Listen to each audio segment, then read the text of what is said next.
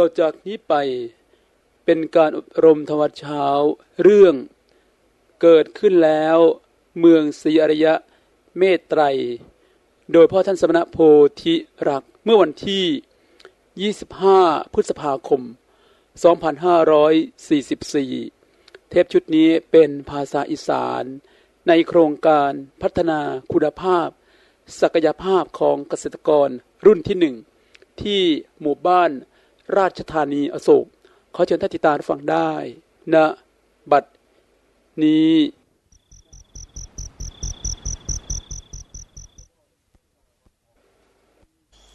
คนเฮานี่เกิดมาพอกันมันก็เป็นเทิงบุญเทิงบาปมาพอกันเนี่ยมาพอกันย้อนบาปก็มีมาพอกันย้อนบุญก็มีบางคนนี่มาพอกันเนี่ยย้อนบาปเนี่ยพอกันตอนแรกพอกันปุ๊บเนี่ยโอ้ยถือกันดีเลยหักกันแห้งเลยเอาไปเอามาละป้าลงถ่ายขาแกงกันเป็นหนังโศกเศร้าระดับโหดร้ายเลยหลายโพดบางคนพอกันนี่ขากันพอกันสิกัดกันแต่พอไปอ้าวพัดโอ้ยได้ประโยชน์ต่อกันและกันฮักกันแพ่งกันซอยกันไปสู่ที่สูงไปสู่ที่เจริญก็มีเรื่องของมนุษย์หรือว่าเรื่องของคนในโลกเนี่ยเป็นเรื่องประหลาดเป็นเรื่องที่ต้องศึกษากันวิเศษที่สุดคนเฮานี่จะศึกษาอย่างเนี่ยก็ศึกษาอะหยังก็ตามสู่ศึกษาคนบ่ได้ศึกษาคนศึกษาสังคมมนุษย์ยอดเยี่ยมที่สุดกว่าสิฮู้อย่างพระพุทธเจ้านี่กว่าสิฮู้ว่าคนนี่คืออีหยังมันเกิดมาเป็นคนนี่เกิดมาย้อนอีหยังเกิดมาแล้วสิได้อีหยังเป็นสิ่งประเสริฐสุดสิ่งประเสริฐสุดของความเป็นคนนี่มันเป็นอีหยังกว่าพระพุทธเจ้าสิฮู้แจ้งฮู้ชัดเพิ่นก็พยายามแสวงหาศึกษาคนกว่าตลอดมาเป็นล้านศาสตร์คนเฮานี่เกิดมานี่บ่แม่นเกิดมาน้อยๆกันเด้เกิดมากันโอ้บ่จักศาสตร์ต่อจักศาสตร์วิทยาศาสตร์เขาค้นพบค้นพอกันเขาพิจารณาพิสูจน์ตัดสินว่าคนเฮานี่ก็เกิดมาวิวัฒนาการมาจากสัตว์สันต่ำนั่นแหละวิวัฒนาการมาเรื่อยๆค่อยพัฒนามาเท่านั้นล้านปีเท่านี้ล้านปียังเปลี่ยนมากกว่าสิมาเป็นคนเขาพิสูจน์กันมาค่อยๆมาเป็นคนตั้งแต่ข้านแต่หวายแต่ข้านจนมีแข้งมีขาจนยางได้มีแข้งมีขายางมาหลายขาจนกระทั่งข้านมาจนมาตั้งโตยางสองขาจนขึ้นมาตั้งโตยางสองขาจนมาเป็นคนพัฒนามาเป็นคน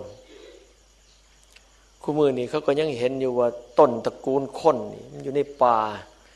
เขาพออยู่แถวใดหรอกบ่ได้เจอเขาออกข่าวมาเขาเอิ้นพวกไอ้ตีนโต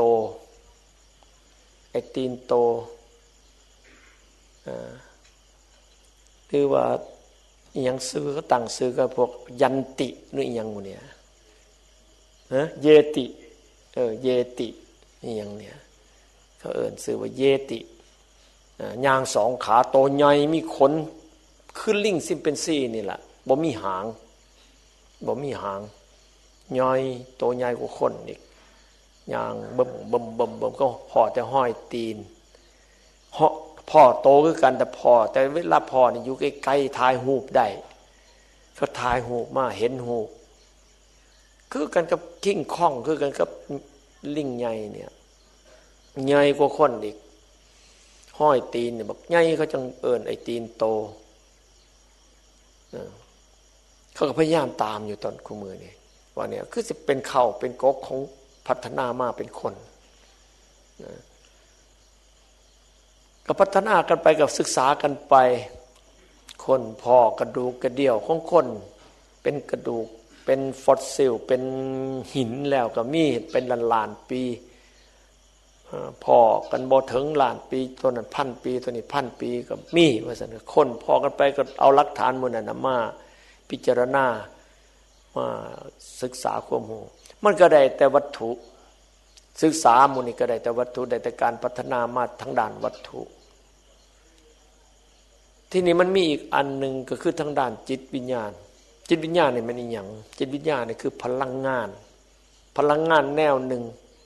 ที่มันเกิดขึ้นมาเป็นพลังงานอย่างพลังงานในโลกนี่ก็แบ่งวิทยาศาสตร์ก็แบ่งเป็นพลังงานความร้อนแสงเสียงไฟฟ้าแม่เหล็กอีหยังหมู่เนี่ยเรียกว่าฟิสิกส์เป็นพลังงานมีคนละลักษณะพลังงานความร้อนก็เป็นแนวหนึ่งแสงกับพลังงานก็เป็นแสงเป็นแนวหนึ่งเสียงเป็นแนวหนึ่งไฟฟ้าเป็นแนวหนึ่งแม่เหล็กเป็นแนวหนึ่งอย่างนี้เป็นต้น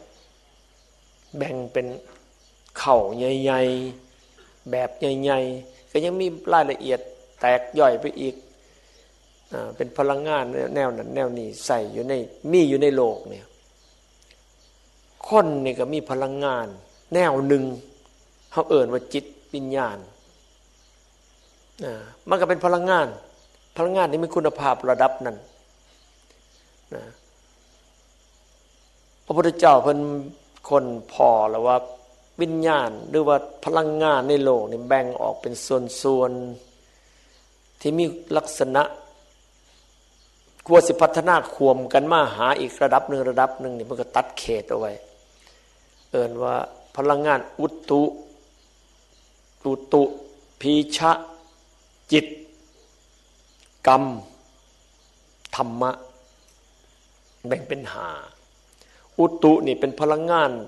สามัญพลังงานทั่วไปสิเป็นพลังงานความร้อนแสงเสียงฟิสิกส์นี่ยังทั้งหมดนี่แม่เหล็กไฟฟ้าได้ก็ตามแต่มันบ่มีชีวะบ่มีชีวิตบ่ได้เป็นพลังงานชีวิตชีวะสิให้เป็นพลังงานพิสดารเป็นแสงเลเซอร์เป็นพลังงานแม่เหล็กเป็นพลังงานไฟฟ้าเป็นพลังงานความร้อนแสงเสียงอย่างใดก็แล้วแต่ในโลกนี่เป็นพลังงานขนาดอยู่ในพระอาทิตย์ว่ามีพลังงานเนี่ยโอ้โหพลังงานยิ่งใหญ่ได้อยู่ในพระอาทิตย์นี่หลวงหลายขนาดนั้นก็ตามก็เป็นพลังงานจัดอยู่ในจำพวกอุตุ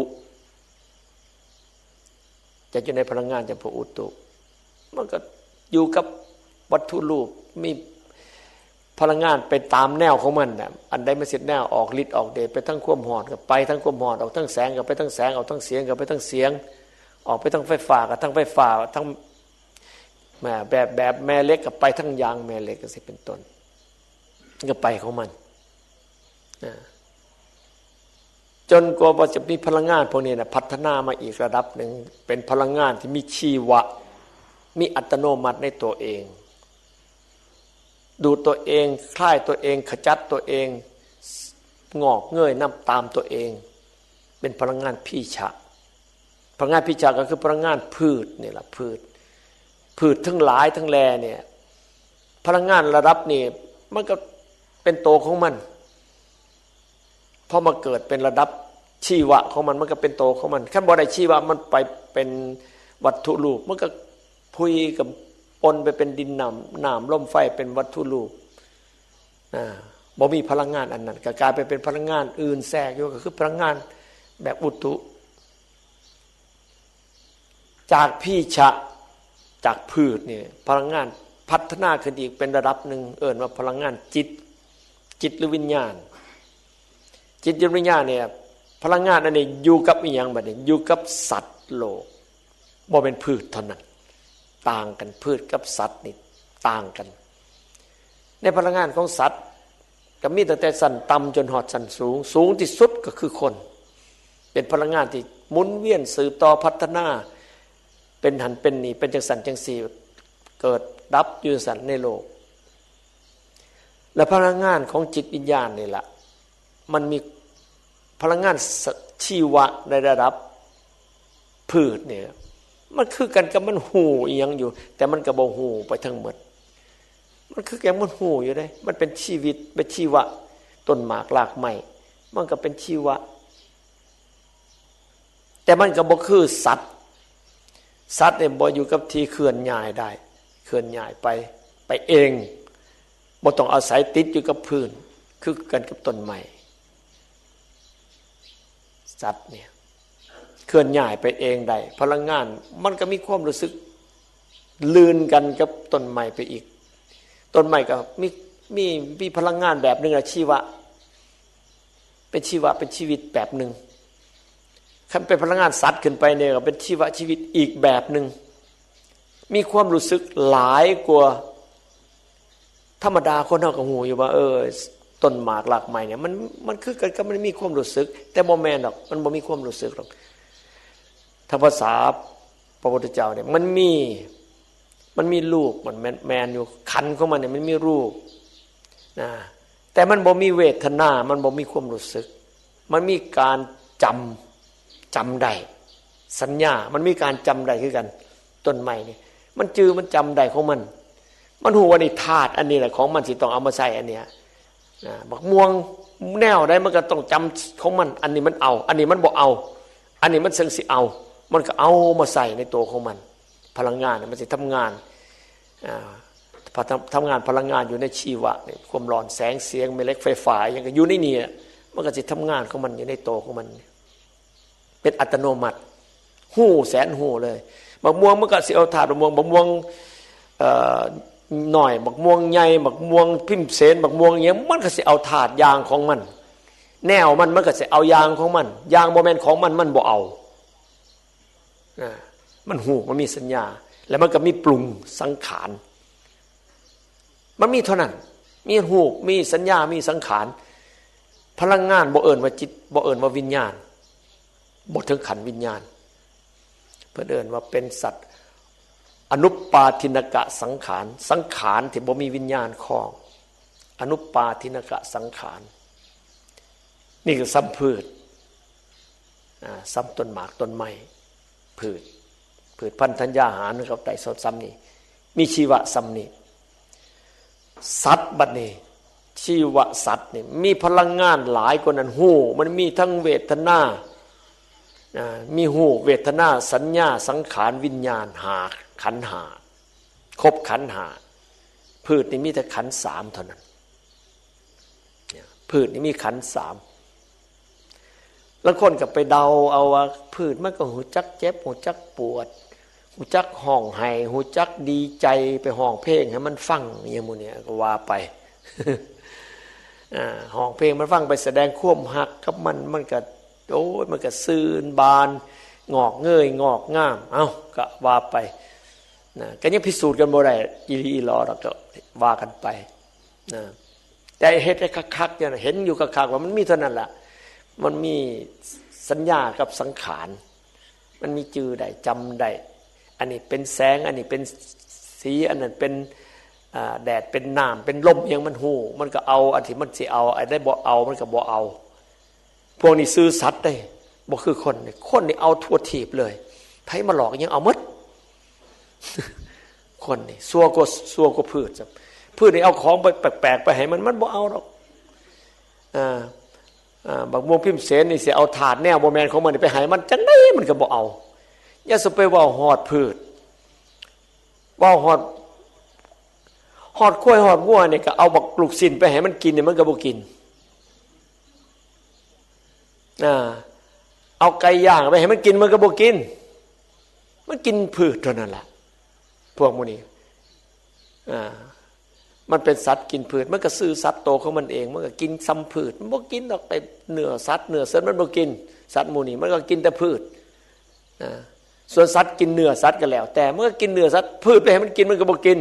เอาหญ้าไปให้เสือกินมึงดูล่ะเสือมันก็บ่กิน ยัดปากมันมาสิหยามเฮาซ้ำมันบ่กินหรอกมันไม่ยอมกินมันซื่อสัตย์คนเนี่ยโอ้ยเขาหลอกเอานั่นให้กินเอานี่ให้กินเอานั่นให้ใส่เอานั่นว่าจักเป็นโง่หรือเป็นสลาดในคนเนี่ยโง่ก็หมาก็ลากก็สร้างก็กล้วยหรือบ่ก็งัวหรือบ่ของประจักษ์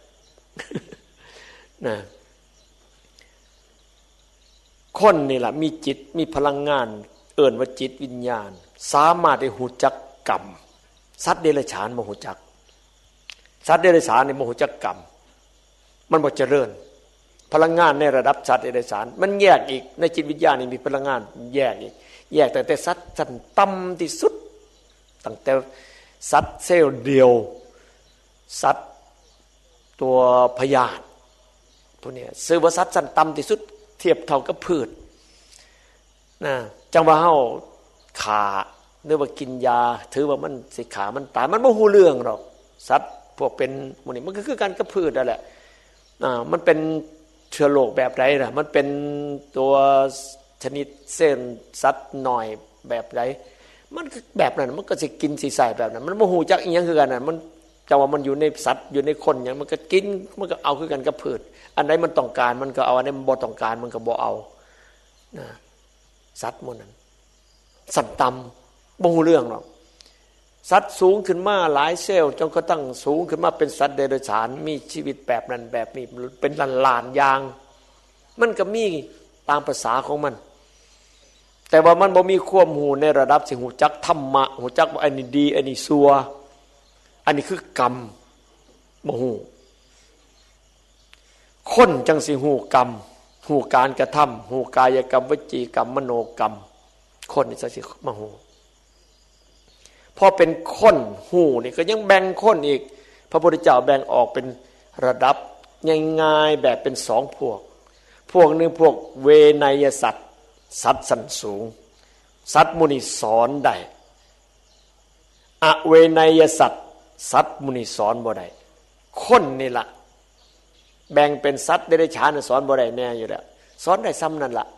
สอนให้มันมาเขาเอามาเลี้ยงมาสอนมันคือกันให้มันคุณให้มันฮัดนั่นฮัดนี่ให้มันเฮ็ดนั่นเฮ็ดนี่แน่มันก็พอเป็นเฮ็ดได้ยากสอนได้ยากสอนกันหลายขนาดมันก็จังสุดพอได้แล้วก็ได้ซ้ำนั่นล่ะซ้ำสัตว์นั่นแหละคนลังคนกับพ่อกันกับสัตว์สอนหมาง่ายกลัวสอนลิงก็ง่ายกลัวคนลังคนนี่ได้สอนคนโอ้มันทั้งปึกทั้งดื้อนอกจากทั้งปึกทั้งดื้อแล้วหายอีกซ้ำสอนแล้วมันก็สิกัดเฮาพุ่นสอนลิงสอนหมามันก็ยังสอนงัวสอนกล้วยสอนหยังมันก็ยังพอเป็นหันเป็นนี่เฮ็ดนั่นเฮ็ดนี่ได้มันก็จื้อมันก็จำแบบเป็นแล้วมันก็เป็นเลยได้สอนมันก็ใส่งานได้คนนี่ล่ะคันอารมณ์บ่ได้แล้วก็โอ้ยสอนเป็นแหละให้เฮ็ดบางเทื่อมันขี้ขานมันก็บ่เฮ็ดมันหายใจหายขึ้นมามันให้มันเฮ็ดมันบ่สิบ่เฮ็ดกันแล้วมันดีบ่ดีมันสิขาสิแกงเฮาซ้ำคนลังคนพลังงานจิตวิญญาณของคนจังโป๊ะสุดมหาวินาศปวง สุดมหาวินาศปวงเลยแล้วแต่ขั้นบ่ได้รับคำสอนบ่ได้ฝึกปรือบ่ได้สร้างให้จิตวิญญาณหรือพลังงานจิตวิญญาณให้เป็นพลังงานดีจนบ่เฮ็ดซัวสอนได้คนนี่สอนมาเฮ็ดหรือว่าฝึกให้พลังงานนี่เป็นจังซั่นคนเฮ็ดซัวบ่เป็นเฮ็ดซัวแล้วคือกันกับคนเซ่อๆมันเป็นจังได๋ซัวเฮ็ดจังได๋แนวนี่กินเหล้าบ่เป็นเขากินได้จังได๋โอ้ยจักสิเอิ้นว่าคนซัวหรือคนดีกินเหล้าก็บ่เป็นสูดยาดูดยาก็บ่เป็นเล่นไพ่ก็บ่เป็นห้ายก็บ่เป็นแต่หัวคนจังสิมันจังไดสิว่าคนซัวบ่ล่ะเฮ็ดบ่เป็นแนวนำคนอื่นๆเขาเฮ็ดเป็นแต่ว่านี่คนแนวนี่เฮ็ดบ่เป็นจังซั่นคนแนวนี่สิเอิ้นว่าคนจังไดล่ะเป็นคนฉลาดหรือคนโง่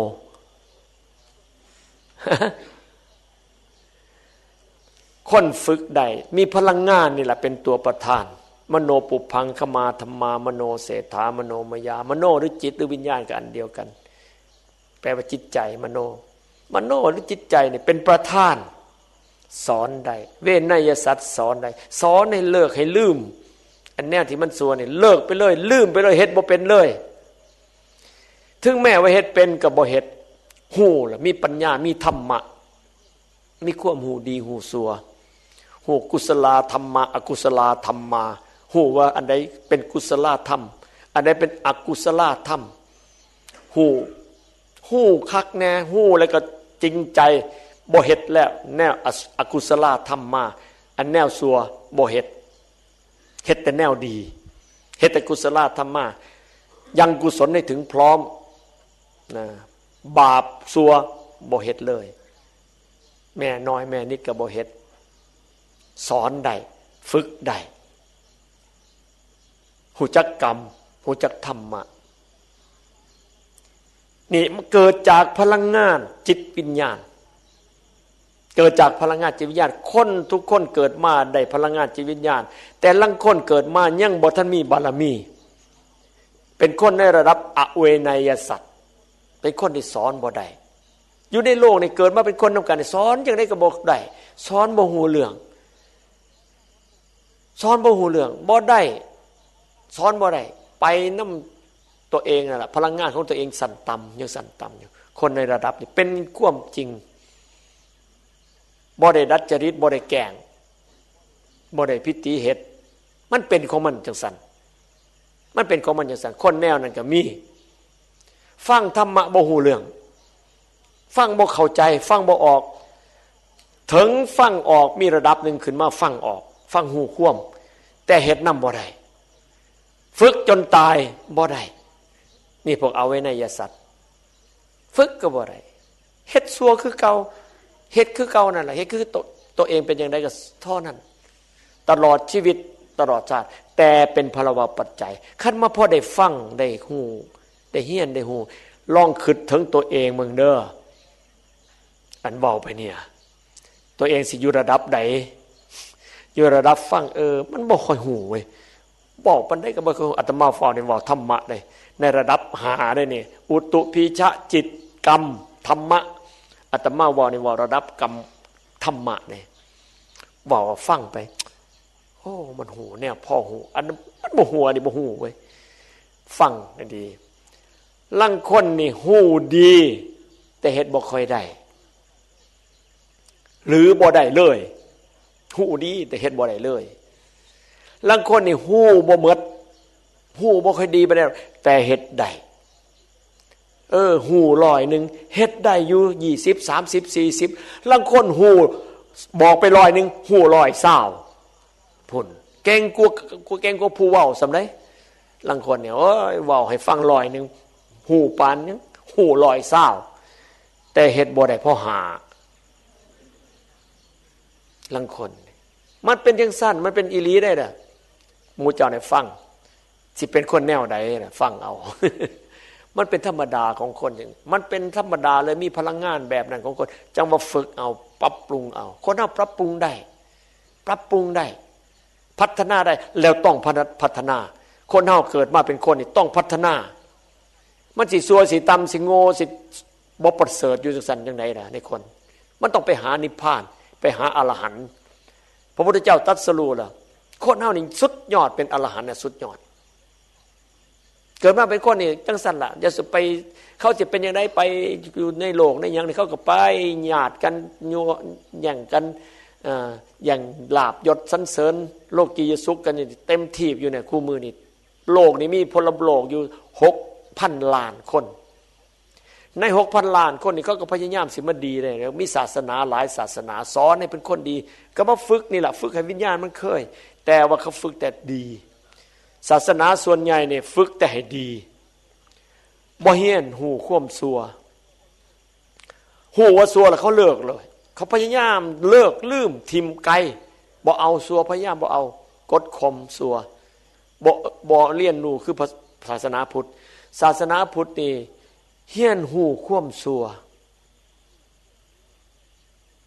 เน้นเลยเน้นเฮียนหูความซัวโดยเฉพาะความซัวของตนเองเฮียนหูความซัวของตนเองแล้วยอมรับโอ้นี่มันซัวเว้ยมันย้อนหยังจังซัวจังซี่ยัง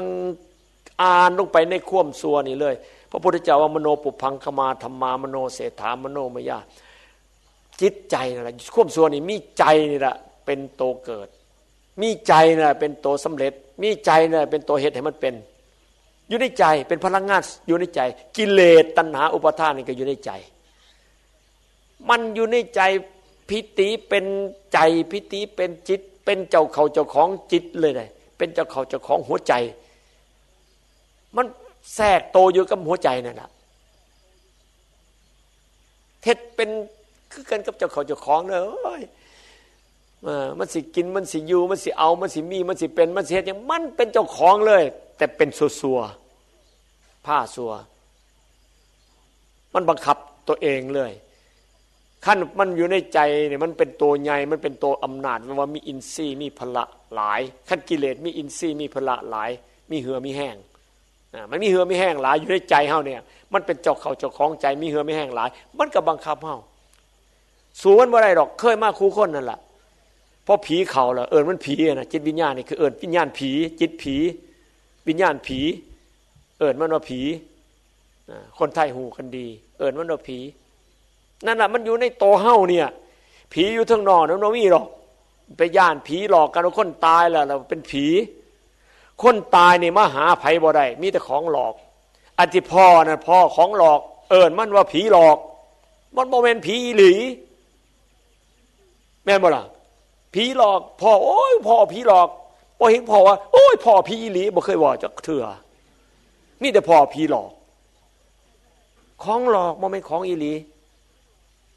อธิพ่อผู้ใดพ่อผีหมู่นั้นของหลอกบ่แม่นของอีหลีหรอกฟังอาตมาแล้วขั้นผู้ใดพ่อผีหลอกได้ท่องคาถาแค่ตายย่างเข้าไปหามันโลดขั้นพ่อบ่อนใดน่ะเอาอีหลีนี่ตั้งใจดีๆแค่ตายพอย่างเข้าไปหามันโลดสิพูดว่ามันแม่นอีหยังหลอกกูอีหลีลังเทื่อในบ้านในเฮือนนี่น่ะมันมืดๆโอ้ยมืดๆดึกๆเพราะว่าผีอยู่มุมหันมุมนี้นู้แน่แม่งสาบแน่อันนั้นอันนี้แน่อยู่ซั่นน่ะ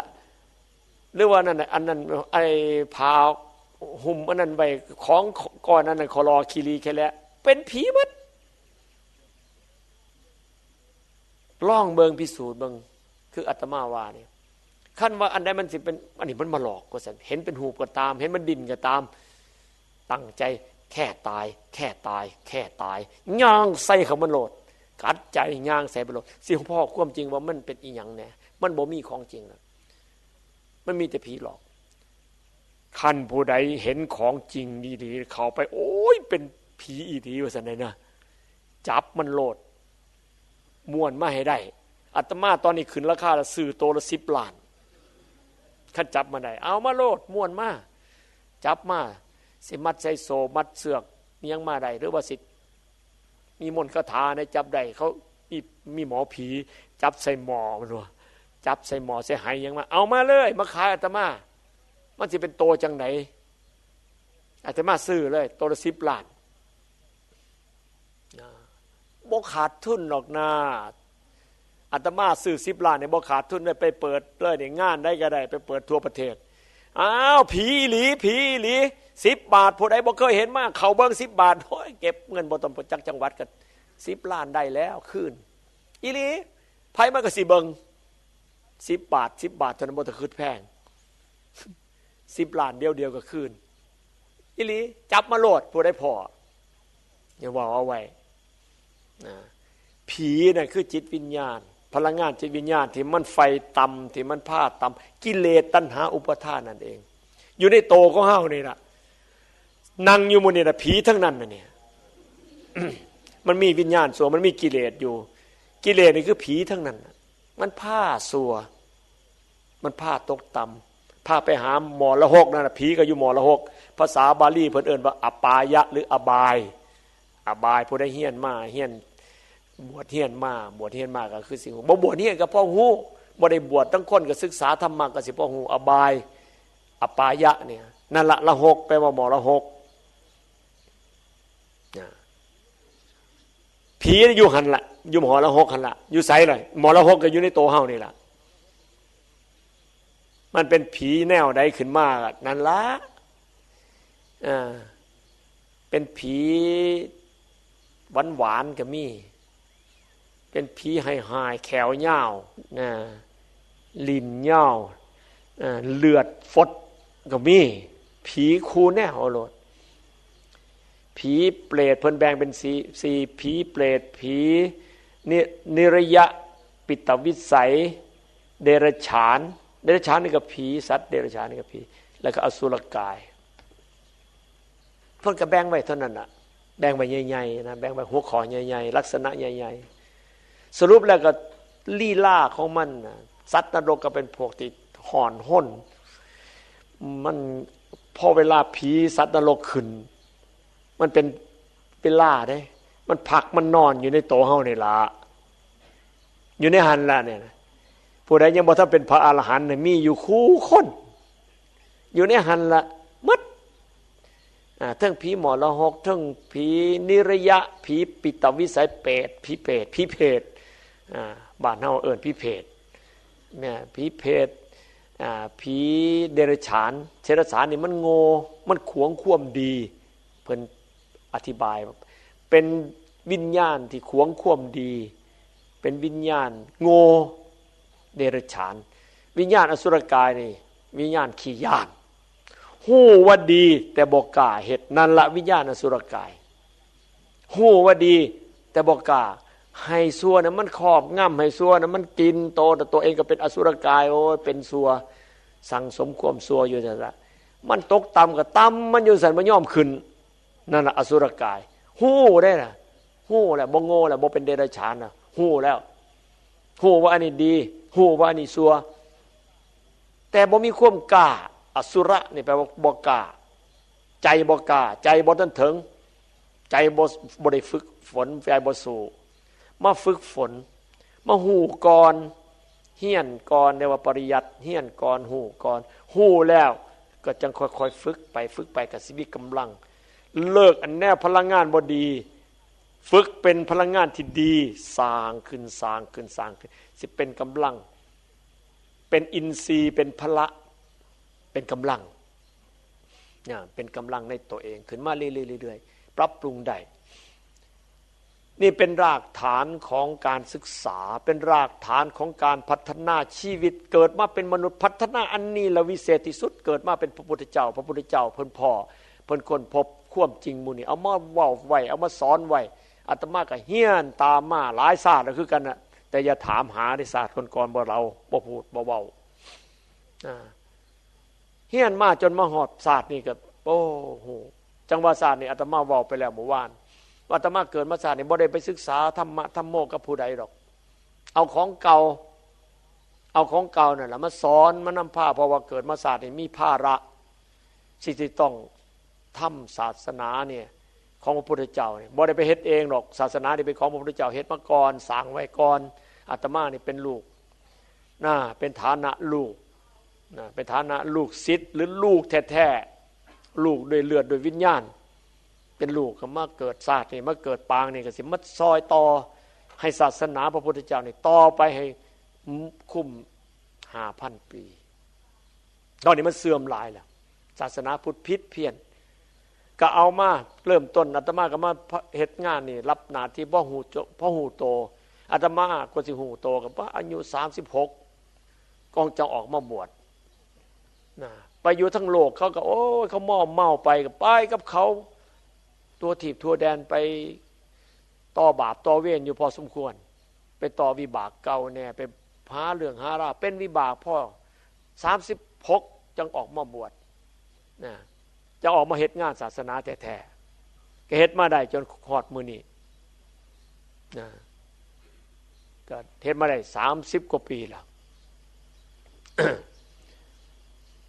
บวชมา30กว่าปีแล้ว31ปีแล้ว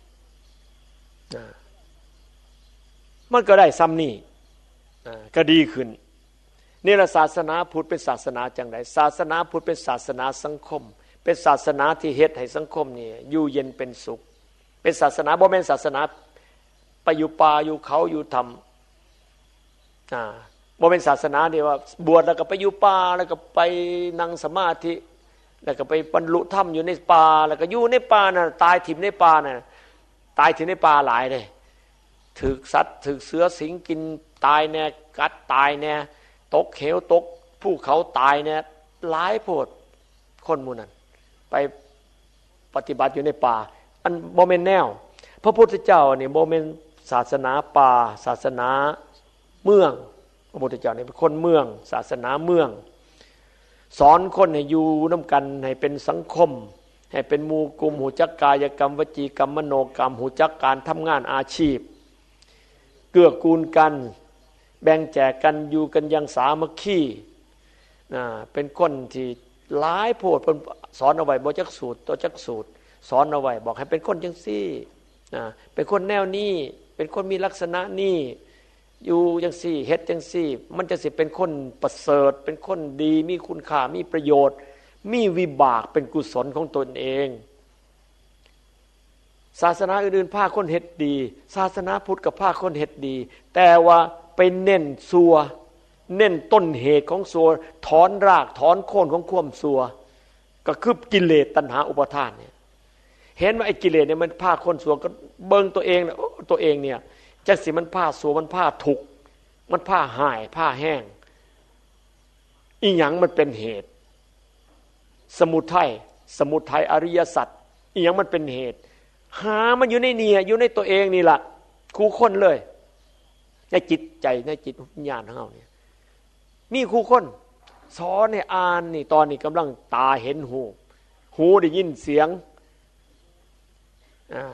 จมูกหูดังได้กินลิ้นได้รสสัมผัสทั้งกายเย็นร้อนอ่อนแข็งหูซึกแล้วมันพอรับกระทบปั๊บมันไหวเลยนั่นปรุงโหลดสังขารมันมักหรือบ่มักมันสั่งหรือบ่สั่งมันสิหักหรือสิเครียดมันปึ๊บเลยคนบ่ได้เคยศึกษานี่เป็นโหลดเป็นอัตโนมัติพอนาบักนี่ขึ้นเลยวือบึบเลยมันไผล่ะไปเฮ็ดมันบางคนล่ะเฮ็ดบางคนน่ะเห็นฮักก็เห็นกันปึ๊บมันคืออยากเตะเทไว้บักนี่มันเป็นเองเลยจังแม่นอันไหนมันไปสั่งไว้ฮักก็เห็นกันตับอิดฮักก็เห็นกันตอนแรกเลยมันก็ขึ้นโลดเห็นผู้นี้ปุ๊บว้ามักเจ้าเด้ขาเป๋ลืมเบิงรักแรกพบปัทาไปหูอีแล้วห่วยขาเป๋สัมไว้เพลงเก่านะฮักเจ้าเด้ขาเป๋ลืมเบิงมันก็เป็นอย่างนั้นล่ะมันจิตวิญญาณของคนมันมีวิบากมันมีของมันอยู่ในหันล่ะมันจื้อได้มันจำได้มันสังสมเป็นวิบากพยาบาทวิบากฮักกันวิบากสั่งกันนั่นน่ะมาจากรากเหง้าของความรักความสั่งโลภโกรธหลงเพิ่นแบ่งไว้หลายๆมันแบ่งไว้หัวข้อใหญ่ก็โลภโกรธหลงนั่นละมันมีเป็นเข้าเป็นของจริงอยู่ในจิตวิญญาณเพิ่นว่าให้อ่านหมู่นี่ให้อ่านลงไปแล้วพระพุทธเจ้าคนพบว่าจิตวิญญาณและกิเลสนี่มันเป็นเจ้าเขาเจ้าของคือเว้าให้ฟังนั่นล่ะมันเป็นเจ้าเขาเจ้าของเป็นเจ้าเรือนพระพุทธเจ้าเพราะว่าเป็นอาคันตุเกเป็นอาคันตุกะมันบ่แม่นตัวจริงมันเป็นแขกมันมายึดเฮือนใจเฮามันมายึดเฮือนใจเขาไปเป็นเจ้าเขาเจ้าของเฮือนใจบัดแท้ๆแล้วมันบ่แม่นเจ้าของแท้มันเป็นแขกมันเป็นอาคันตุกะพระพุทธเจ้าเพิ่นเอิ้นกิเลสทั้งหลายเนี่ยว่าเป็นอาคันตุกะเป็นแขกจรมาอยู่นำอยู่แล้วมายึดจนกระทั่งเจ้าของเองเฮาเองเฮาก็หลงว่ามันเป็นตัวเฮาหลงว่ามันเป็นตัวเฮาเองหลงอีนี้เสื้อมันเลยเสื้อกิเลสมันหลอกจนมันเป็นตัวเหมือนก็เป็นตัวเฮาเองเลยแสดงอาการทั้งกายทั้งวาจาทั้งกรรมกิริยาปานกันกับตัวเองเป็นตัวกิเลสเลยออกมาบางคน เห็นหน้าเห็นท่าทางตอนนั้นหูแล้วว่าในผีไอ้นี่ผีขโมดหนีต้องย่างไก่เห็นหน้าเห็นท่าทางกับหูแล้วจะสิเป็นต้นมันมีแล้วผีหลอกนี่โอ้โหคนนี่ล่ะเป็นผีหลอกนี่เฮ็ดท่าทางหน้าตาเป็นตาเคารพนับถือเป็นตาหักเป็นตายกย่องเถิดสู้ได้เขาไปหาเขาไปกราบไปไหว้เขาไปอาศัยเขาไปสนิทจิตสนมโอ้ยแทงหลอกเทิงกิริยาเทิงข่วมเบาข่วมจาเทิงอีหยังหลอกจนหลงไปเป็นบริวารไปเป็นแหล่งเป็นบริวารบัดใดแท้มันใส่หลอกใส่เลยบัดนี้ตกเป็นทาสก็มีเป็นทาสเลยใส่ให้ไปขาคนให้ไปทำซัวให้ไปเฮ็ดหยังกันได้หมดบัดใดแท้แล้วมันยอดหลอกเลยยอดผีหายขนาดเป็นหัวหน้ากลุ่มหัวหน้าแก่งเป็นหัวหน้าคณะใหญ่เลยก็มีในโตคนนี่ละหน้าตาเนี่ยโอ้โหผู้ดีเห็นทรงวาดทรงเบ้ยเป็นตาหักเป็นตาหอมเป็นตานับถือเป็นตายกย่องยกย่อแต่บัดใดแท้เป็นผีหายบัดใดแท้เนี่ยเป็นผีหายคักๆเลยนี่ล่ะคนเป็นผีเป็นคนกลัวสิอ่านกันออกกลัวสิว่าโอ้ยไอ้ผู้นี้มันผีตัวนี่แต่ก่อนหลงว่ามันเป็นเทวดาหลงว่ามันเป็นผู้ดีหลงว่าเป็นคนประเสริฐบัดได้แท้มันเป็นผีหายขนาดเลยนี่ขั้นเป็นไอ้โจรนี่นะหน้าตาก็ไอ้โจรแสดงโจรบ่เสืองบ่หลีบ่ซ่อนบ่หยังเลยนะบ่ซ่อนบ่บังหลอกซ้ำตื่มไปอีกเฮ็ดเป็นผู้ดีเป็นหยังนี่นะถ้าเป็นไอ้โจรหายเห็นว่ามึงพอเลยเห็นพับมาหายโลดนี่นะคนก็บ่ย่านนี่นู่นน่ะไผก็ลบได้เลี่ยงได้โลดแต่ละคนเนี่ยเบิ่งส่งทั้งข้างหน้าเนี่ยว่ามันหายแต่ใจผัดเป็นเทวดามีคือกันเห็นหน้าตาท่าที่แล้วโอ้มันคือผู้หายเว้ยคือผีคือโจรแต่พอคบหาแล้วเป็นคนดีจิตวิญญาณดีก็มีแต่ทายดีแล้วก็ทั้งนอกก็ดีทั้งในก็ดีทั้งในกับทั้งนอกก็เป็นเทวดาเป็นผู้ประเสริฐทั้งในก็เป็นผู้ประเสริฐให้มันได้นะมันดีที่สุดคนเฮาก็มาปรับปรุงเปลี่ยนแปลงทีละมาเฮียนพระพุทธเจ้ายืนยันได้ว่าจิตนี่เป็นประธานจิตใจนี่เป็นประธานสอนให้ศึกษาอันนี้แหละเฮียนหูเลยว่ามันเสร็จผ้าโลภโกรธหลงในอาการมันเป็นจังใดเคยอ่านบอกเคยเห็นบอกว่าโอ้กำลังวือหายแม่มันเขียดแห้งเนี่ยมันกำลังเขียดหลายๆเนี่ยอาการมันเป็นอย่างไรเคยบ่นะผู้ใดเคยโอ้ใจมันคือปัญญาสิอาการมันเป็นอย่างสิมันบ่มีโตหรอกมันบ่มีโตเห็นหรอกมันบ่มีเขามีง่ามันมีหนวดมีแขนนี่ยังดอกมันก็หู้อยู่อาการมันเป็นอย่างนั้นล่ะเพิ่นจังเอิ้นว่าให้หูอาการของใจเนี่ยด้วยอาการลิงคะนิมิตอุเทศหูรูปนามเพิ่นเอิ้นว่าหูรูปนามหูอาการของใจเฮามันเป็นอาการเด้มันมีเครื่องหมายเรียกว่านิมิตแปลว่าเครื่องหมายมันมีเครื่องหมายให้ฮู้ว่าโอ้อาการจังซี่ตัวมันอาการเครียดอาการโกรธอาการโทสะโอ้จังสี่อาการโลภะขี้โลภมันบ่คือกันเด้อาการมันต่างกันนิมิตหมายมันต่างกันอาการมันบ่มีสีบ่มีโตหรอกแต่ว่ามันอ่านออกให้เฮียนอันนี้ล่ะเฮียนอันนี้สำคัญไปเฮียนเลยมันเครียดแห้งๆมันก็หูง่ายมันเครียดบ่แห้งก็หูยากบางคนเครียดแห้งๆแล้วหน้ามืดบ่ฮู้เลยตัวเองเครียดแห้งผู้อื่นก็เห็นหมดแล้วออกมาทั้งกายออกมาทั้งวาจาออกมาทั้งโอ้ยเป็นผีใหญ่ล่ะตัวเองก็บ่ฮู้โตบางคนเคยเห็นบ่ล่ะเห็นแต่ผู้อื่นบ่เห็นตัวเองผีเข้าแล้วบ่ฮู้โตเลยจนกระทั่งมุนอุ้ยปุยไปแล้วว่าบ่จักอีหยังขอดมาเครียดผีเขามุนไปแล้วหูโตมากโอ้ยเสียดายตัวเองเฮ็ดเองเรื่องเธอขาม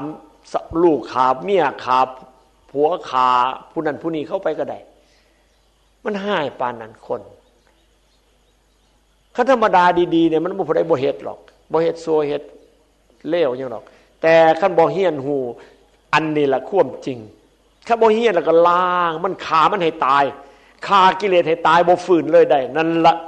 ยอดเยี่ยมเป็นคนเลยยอดวิชา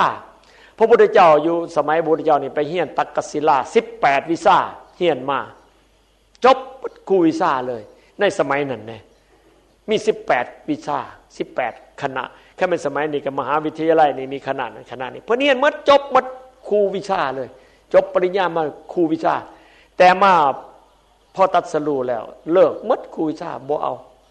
มาเอาวิชาพุทธมาเอาวิชาพุทธศาสตร์อย่างเดียวสอนคนเป็นแนวนี้แหละวิชายิ่งสอนวิชาโอ้ยยังแน่กับเพิ่นเฮียนมาวิชาอาตมาจือบ่ได้นี่สิให้เขาคัดมาให้อยู่คัดมาให้วิชา18วิชานี่มีอีหยังแน่สิได้เอามาเว้าถูกอาตมาก็ได้บ่ได้จือได้จำนำยังบ่ทันได้นี่ยังสิไปบอกอยู่เนี่ยไปบอกผู้ฮู้นะผู้ฮู้พวกหมู่เฮานี่แหละศึกษากันคนกลัวมีฮู้อาตมาก็สิได้ไปบอกคิดว่าสิบอกยังบ่ทันได้บอกจักเทื่อนี่สิบอกว่าจดมาให้แน่18วิชานี่สิได้เอาไปเว้าว่าจันอาตมาก็ต้องไปค้นหาในตำราในพระไตรปิฎกอีกมันก็เสียเวลาหลายนะเอานะพระพุทธเจ้าเกิดมาเป็นคนเห็นว่าอันใดมันดีที่สุดเพิ่นเอาอันนั้นนี่เพิ่นเอาอันนั้นพาคนมาเอาอันนั้นจะมาสอนแต่เรื่องนี้ล่ะเป็นวิเศษที่สุดวิชาพาณิชย์สิไปหาเงินได้หลายวิชาค้าวิชาขายวิชาธุรกิจวิชาอันนั้นอันนี้แล้วแต่วิชาโอ้มันสิได้เป็นใหญ่เป็นโตสิได้ลาภได้ยศจังซั่นจังซี่มันก็เป็นวิชาของคนนี่แหละคนก็ไปเฮียนหูเขาก็ย่อมหัดกันได้ล่ะขนาดวิชาขาคนนี่คือวิชาทหารนี่ก็ยังไปเฮียนกันเลยวิชาทหารกับวิชาขาคนนั่นละบอกให้มันคักขาแกงกันอยู่เนี่ยแล้วก็ทหารเนี่ยวิชาขาคนก็ยังไปเฮียนวิชานั้นวิชานี้เฮียนไปก็เพื่อที่จะไปให้ตัวเองได้ลาภยศสรรเสริญโลกีสุขเพิ่นก็เห็นว่าโอ้ไอ้คนเอาไปญาติลาภยศสรรเสริญโลกีสุขกันนี่มันคนสันต่ำเชื่อบ่ล่ะเนี่ยละคนไปญาติลาภยศสรรเสริญโลกีสุขกันนี่คนสันต่ำคนสันธรรมดาไผๆก็เป็นเฮาก็เคยเป็นสันสูงเรียกว่าโลกุตระบุคคลโลกุตระบุคคลคนสันสูง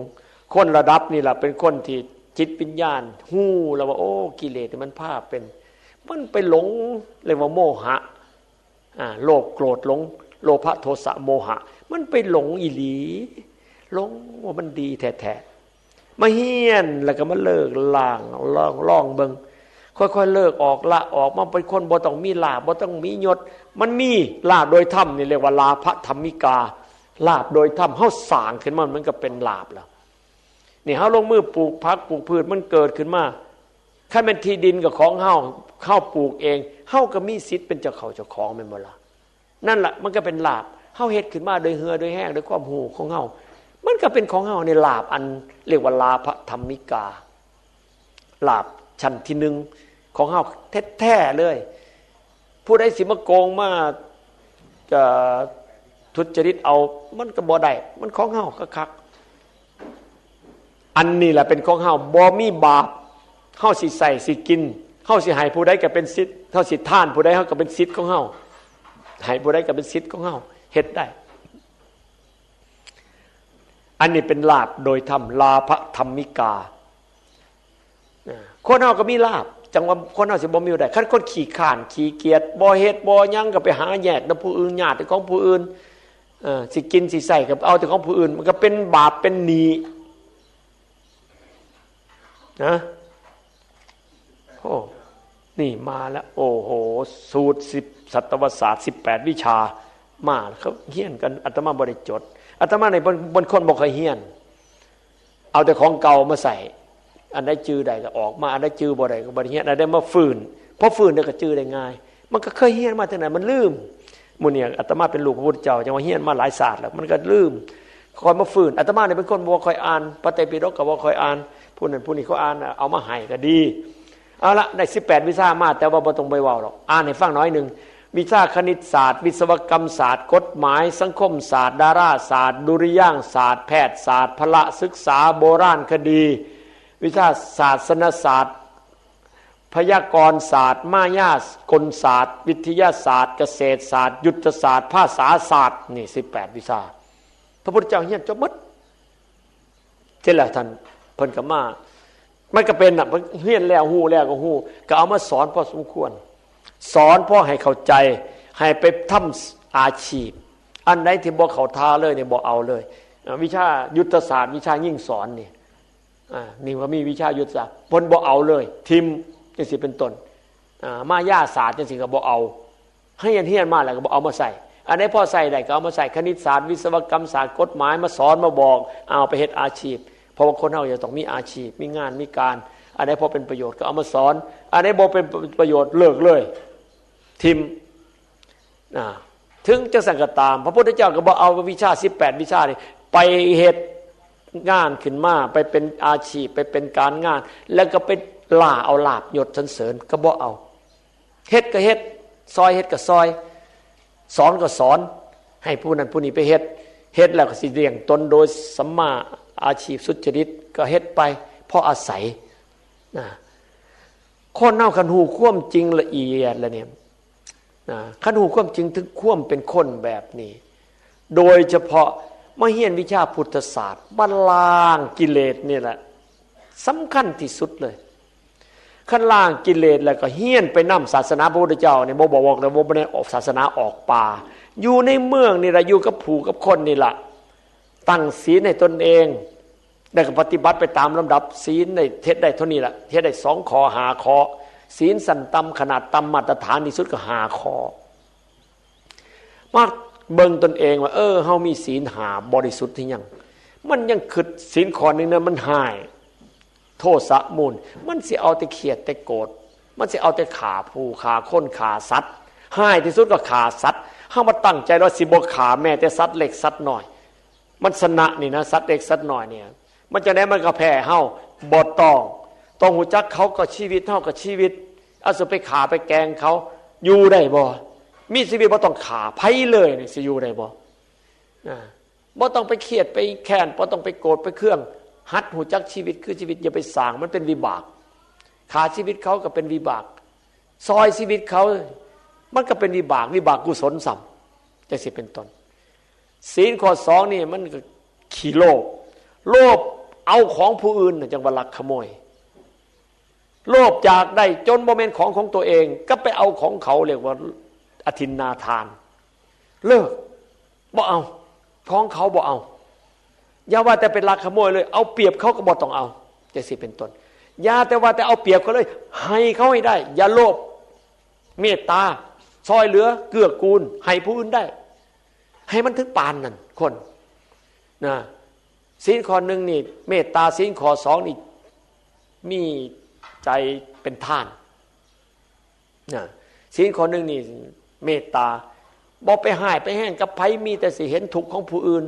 อยากซอยผู้อื่นอันที่2นี่ให้ผู้อื่นมีท่านศีลข้อที่2นี่บ่แม่นจะเอาสิมึงให้แต่ของตัวเองศีลข้อที่3มีราคะเลิกบ่ต้องมีราคะหรอกบ่ต้องเรื่องที่จะต้องไปมีราคะมีกามจะต้องไปได้มาเสพมาสมบ่ต้องลดกิเลสมาเรื่อยๆคนหมดราคะนี่โอ้เป็นคนหวางเป็นคนเบาเป็นคนสบายเป็นคนบ่มีภาระบนคนบ่ต้องจองเว้นจองกรรมเป็นคนหมดเว้นหมดกรรมอีหลีนี่จะสิเป็นต้นมันเลิกมันละลงมาเท่าที่เฮาสิประมาณเอาเท่านี้ล่ะเอาเท่านี้ก่อนอธิศีลที่มันสิสูงมันสิยากขึ้นไปตามลำดับก็จะค่อยเฮียนเฮ็ดให้พอเหมาะตัวเองนะศีลข้อ4เป็นวาจาก็ขยาย3ข้อนั่นแหละศีลข้อ5เป็นใจที่มันไปเสพไปติดไปเมาศีลข้อ5นี่ไปเมาไปหลงเมาเว้าบ่ฮู้เรื่องเมาหลายนี่เว้าบ่ฮู้เรื่องเลยพอมีสติลังคนนี่พอฮู้เรื่องแต่ก็บ่ค่อยเข้าใจจนสิมีปัญญาฉลาดศีลข้อ5นี่เป็นใจเป็นวิญญาณที่เมาเสพติดเมาไม้ลดอันไหนไปเสพอันไหนไปติดอันไหนมันเมาแล้วมันบ่ฮู้เรื่อง จนกระทั่งบ่เมาบ่ไม้บ่เสพบ่ติดลดได้จนบ่ต้องเสพบ่ต้องติดเลยมดเสพมดติดนั่นล่ะมดศีลข้อห้าศีลข้อห้านี่รากฐานของมันอีหลีนี่ก็คือเลิกเสพเลิกติดหยาบที่สุดกับเมาคนเมาเนี่ยเลิกเลยเมาได้บอกว่าหูเรื่องหรอกเมาอะไรก็แล้วแต่นี่เมารักเมากัญชาเมามาเมาหวยเมาอย่างก็ว่าบ่หูเรื่องหรอกคนเมาเนี่ยว่าบ่หูเรื่องอีหลี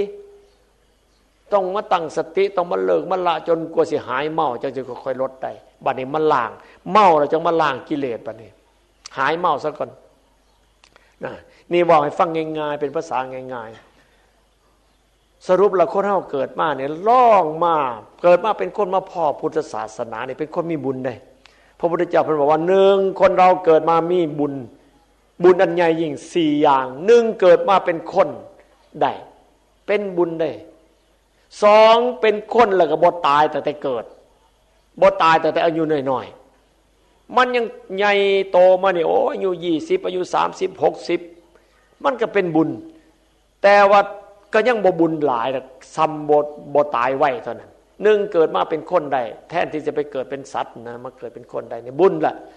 2มันบ่ตายแต่เกิดหรือมันบ่ตายไวก็เป็นบุญ3นะมาพ่อพระพุทธศาสนามาพ่อพระพุทธศาสนาก็เป็นบุญในคน 6,000 ล้านในโลกเนี่ยบ่พ่อพุทธศาสนาบ่เท่าไหร่หรอกบ่ถึงเคิงบ่ถึงทองคนใน 6,000 ล้านเลยหูจักศาสนาพุทธบ่เท่าไหร่หรอกนอกนั้นเป็นศาสนาอื่นเขาโอ้ยหลายศาสนาอื่นมันง่ายศาสนาพุทธมันยากศาสนาพุทธมันเลิกสิเอาสูงสุดกับศาสนาพุทธนี่มันเลิกเว้าไปแล้วก็ไปยกตนข่มผู้อื่นเนาะเอาละพอหูกันเองเมื่อพ่อศาสนาพุทธนี่ก็เป็นคนมีบุญ3มาได้ฟังธรรมได้ฟังสัทธธรรมได้ฟัง4ฟังสัทธธรรมได้ฟังธรรมะได้ฟังธรรมอันเป็นของดีบ่แม่นไปฟังธรรมก็ผู้ใดก็มาเฮ็ดดีเด้อละซัวเด้อมาเฮ็ดบุญเฮ็ดทานเด้อสอนกันเท่านั้นทานก็มาทานกับข่อยนี่เด้อได้บุญหลายวงเล็บไว้ถึงหลังสอนกันอยู่ซะซ้ำนั่นน่ะไผมันก็ฮู้อย่าเฮ็ดซัวเด้อเฮ็ดแต่ดีๆเด้อแล้วดีแนวไหนน่ะอยู่นี่เนี่ยสอนดีน่ะให้มาจนนี่ละดีหูหักเลยเห็นบ่ที่อื่นเขาสอนว่ารวยเด้อรวยหดน้ำมนต์ให้ไปรวยแห่งรวยแห่งซวยเลยคนน่ะคันบ่เชื่อก็ไปคิดถึงพระพุทธเจ้าพระพุทธเจ้าเพิ่นรวยเพิ่นยังทิ่มแม่นบ่ล่ะคันรวยมันดีพระพุทธเจ้าทิ่มพระพุทธเจ้าก็โง่เท่านั้นแหละเว้ยคันรวยมันดีคันรวยบ่ดีแต่พระพุทธเจ้าจังทิ่มมาเป็นคนจนมีบาทใบเดียวเงินบาทเดียวก็มีแต่มีบาทใบเดียวเอาละอันนั้นตัดไปข้อที่5ข้อที่4มาพ่อสัทธธรรมพระพุทธเจ้าได้ฟังได้ยินข้อที่5เอาไปปฏิบัติคนที่เอาไปปฏิบัติจนเกิดผลบรรลุธรรมบนนั้นนั่นแหละเป็นคนที่มีบุญหลายแห่งสำเร็จเป็นพระอรหันต์เลยนั่นน่ะสุดบุญเลยสุดบุญยอดบุญเกิดมาเป็นคนได้กับบุญแทนที่จะไปเกิดเป็นหมูเป็นหมาเป็นยังก็แล้วแต่นะเกิดมาแล้วบ่ตายเกิดมาแล้วอายุบ่สั้นก็เป็นบุญมีอาการครบ32ดีนะเกิดมาแล้วพ่อศาสนาพุทธนี่บุญตัวพระเจ้าเกิดมาปั๊บพ่อก็เป็นพุทธแม่ก็เป็นพุทธปู่ย่าตายายก็เป็นพุทธโอ้บุญหลายแท้ๆเว้ยพุทธมาแต่กี่แต่เก่าคนไปตั้งโอ้ยทวดของทวดก็พุทธเว้ยว้ามันมาบุญหลายเลยแต่บุญสั่นเท่านั้นบ่มาฟังธรรมบ่ได้ยินธรรมะบ่ได้ฟังสัทธธรรมเลยไปฟังแต่ไผบุรเทศให้ฟังเขาบอกว่าพุทธคือกันนะเทศพิษเทศม่อมเมาเทศหลอกเทศล่อเทศลวงกระเป๋าเคยฟังบ่เคยฟังบ่อาตมาบอกสิเนาะปากไปเว้าเขาไปว่าเขาสิเอาตายจักมือสิปากออกสีหรอกไปเว้าเขาว่าเขา นะไปฟังเทศน์บ่เป็นสัทธธรรมสัทธธรรมแปลว่าอะไรสัทธธรรมแปลว่าธรรมะอันดีของพระพุทธเจ้าที่ถูกต้องสัทธธรรมสอเสือมหันอากาศท่อทหารท่อทงล่อเรือสองโตหม้อมาสัทธธรรมแปลว่าธรรมะอันดีของพระพุทธเจ้าที่เพราะฉะนั้นผู้ใดได้ฟังธรรมะอันดีของพระพุทธเจ้าเป็นบุญบัดนี้เอาไปปฏิบัติข้อที่หาปฏิบัติได้มรรคได้ผลวิเศษเลยบัดนี้บุญหลายเอาให้มันหน่อยเป็นอรหันต์เลยเนี่ยแห้งสุดบุญเลยยอดบุญเลยคนอันนี้แหละเป็นคนมีบุญที่เกิดมาในชีวิตในโลกนี้ก็พยายามนะได้มาฟังธรรมแล้วเอาไปปฏิบัติมา3 มื้อ4 มื้อเขานี่ก็คือสิพ่อได้หูอยู่ว่าอะไรเป็นอันใดมีทั้งปุกเล่าอาตมานี่เกือบสิแห้งพ่อๆกับดึงแก่นอยู่ได้เนาะฟังดึงแก่นไฟลุกบ่ล่ะบ่ยานข้อแตกเนาะโอ้ยว้าวโอ้อาตมาก็ว่าอาตมาแห้งอยู่แต่ว่าแห้งบ่ทอโอ้ย่านเลยอาตมาคันบอกขนาดนั้นคือสิคูโคบเนาะก็สิเว้าขนาดนั้นอาตมาเนี่ยมันเฒ่าปานนี้มันก็คือสิคูโคบนะคันสิออกเหงื่อออกแห้งขนาดนั้นก็เว้าเรื่องดีนะแต่ว่าลีลาลักษณะกับฟังเอาเนื้อหาเอาความเข้าใจเอาสาระโอ้มันสาระดีแนวนี้เนาะสรุปแล้วเกิดมาเป็นคนอาตมาเข้าใจว่าคนต้องมาเอาแนวนี้สิไปหาลาภหายศหาสรรเสริญอาตมาว่าอาตมาในบ่ยานล้อคนในโลกนี้สิไปแข่งกันก็แข่งได้อยู่แต่ว่าเอาละบ่แข่งละมาหาทั้งพี่มาเฮ็ดทั้งพี่มาเฮ็ดงานทั้งพี่ละจนตายละไผสิขาสิแกงอย่างใดอาตมาถูกจับนี่นะอาตมาก็ยังเคยบอกเลยว่าอ้าวถูกจับได้เช่นอย่างไรล่ะสิเปลี่ยนบ่ล่ะไปเฮ็ดอื่นบ่ล่ะบ่เฮ็ดดอกเฮ็ดนี่ล่ะเฮ็ดจังซี่ล่ะจับไปเข้าคุกดอกไปสอนในคุกไปสอนในคุกว่าจังซี่ล่ะสอนจังซี่ล่ะคือเก่าเนี่ยเอาเข้าคุกกับเขามีสิทธิ์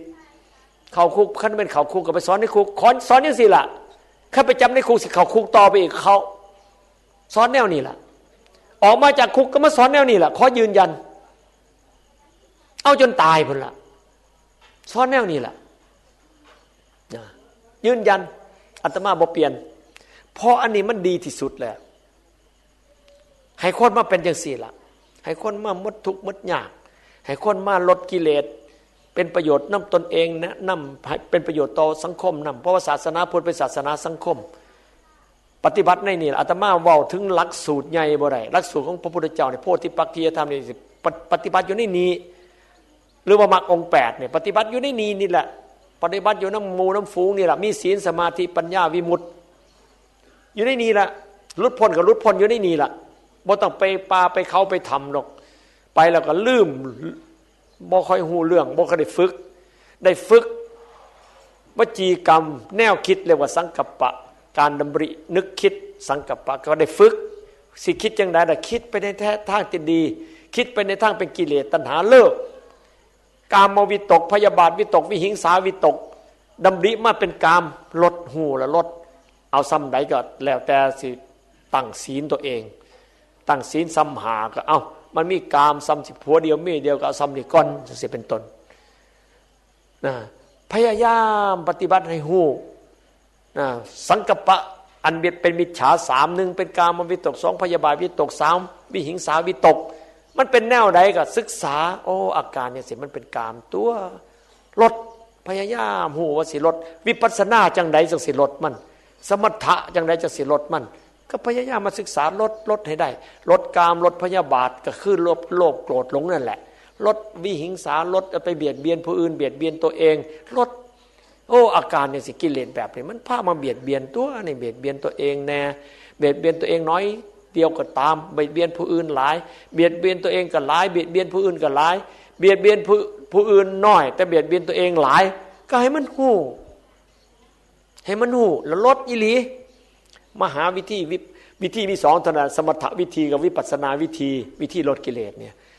อาตมาบ่มีเวลาสิได้ไปบรรยายแล้วคันอยากฮู้ละมาเฮียนวิชาของพระพุทธเจ้า ยังบ่ท่านสูญหายเอาไปปฏิบัติพิสูจน์ได้ลดกิเลสได้จนมุเจ้ามานี่สิเห็นในคนมุนี่ปฏิบัติลดกิเลสยังว่าอยู่จังซี่ล่ะเด็กหน่อยเด็กเล็กผู้สาวผู้แสบ่ไปบ่ไปแต่งบ่ไปเพศอยู่นำเขาพากันโอ้ยสายเดียวนะเสื้อซ้ำนี่เห็นเมิดบ่นี่ทั้งลุมกับตัวต่ำลงไปตั้งกับเขินขึ้นมาเพิ่นปัดไส้เพิ่นบอกว่าเพิ่นสวยเพิ่นโก้โอ้ยมันเป็นตาอยากอายกับบ่จักอยากอายจะไม่มันหน้าด้านเขาก็เฮ็ดไปทั่วทีบซ้อนกันมันก็ขายเขาขายของหลอกกันไปซัมมปิ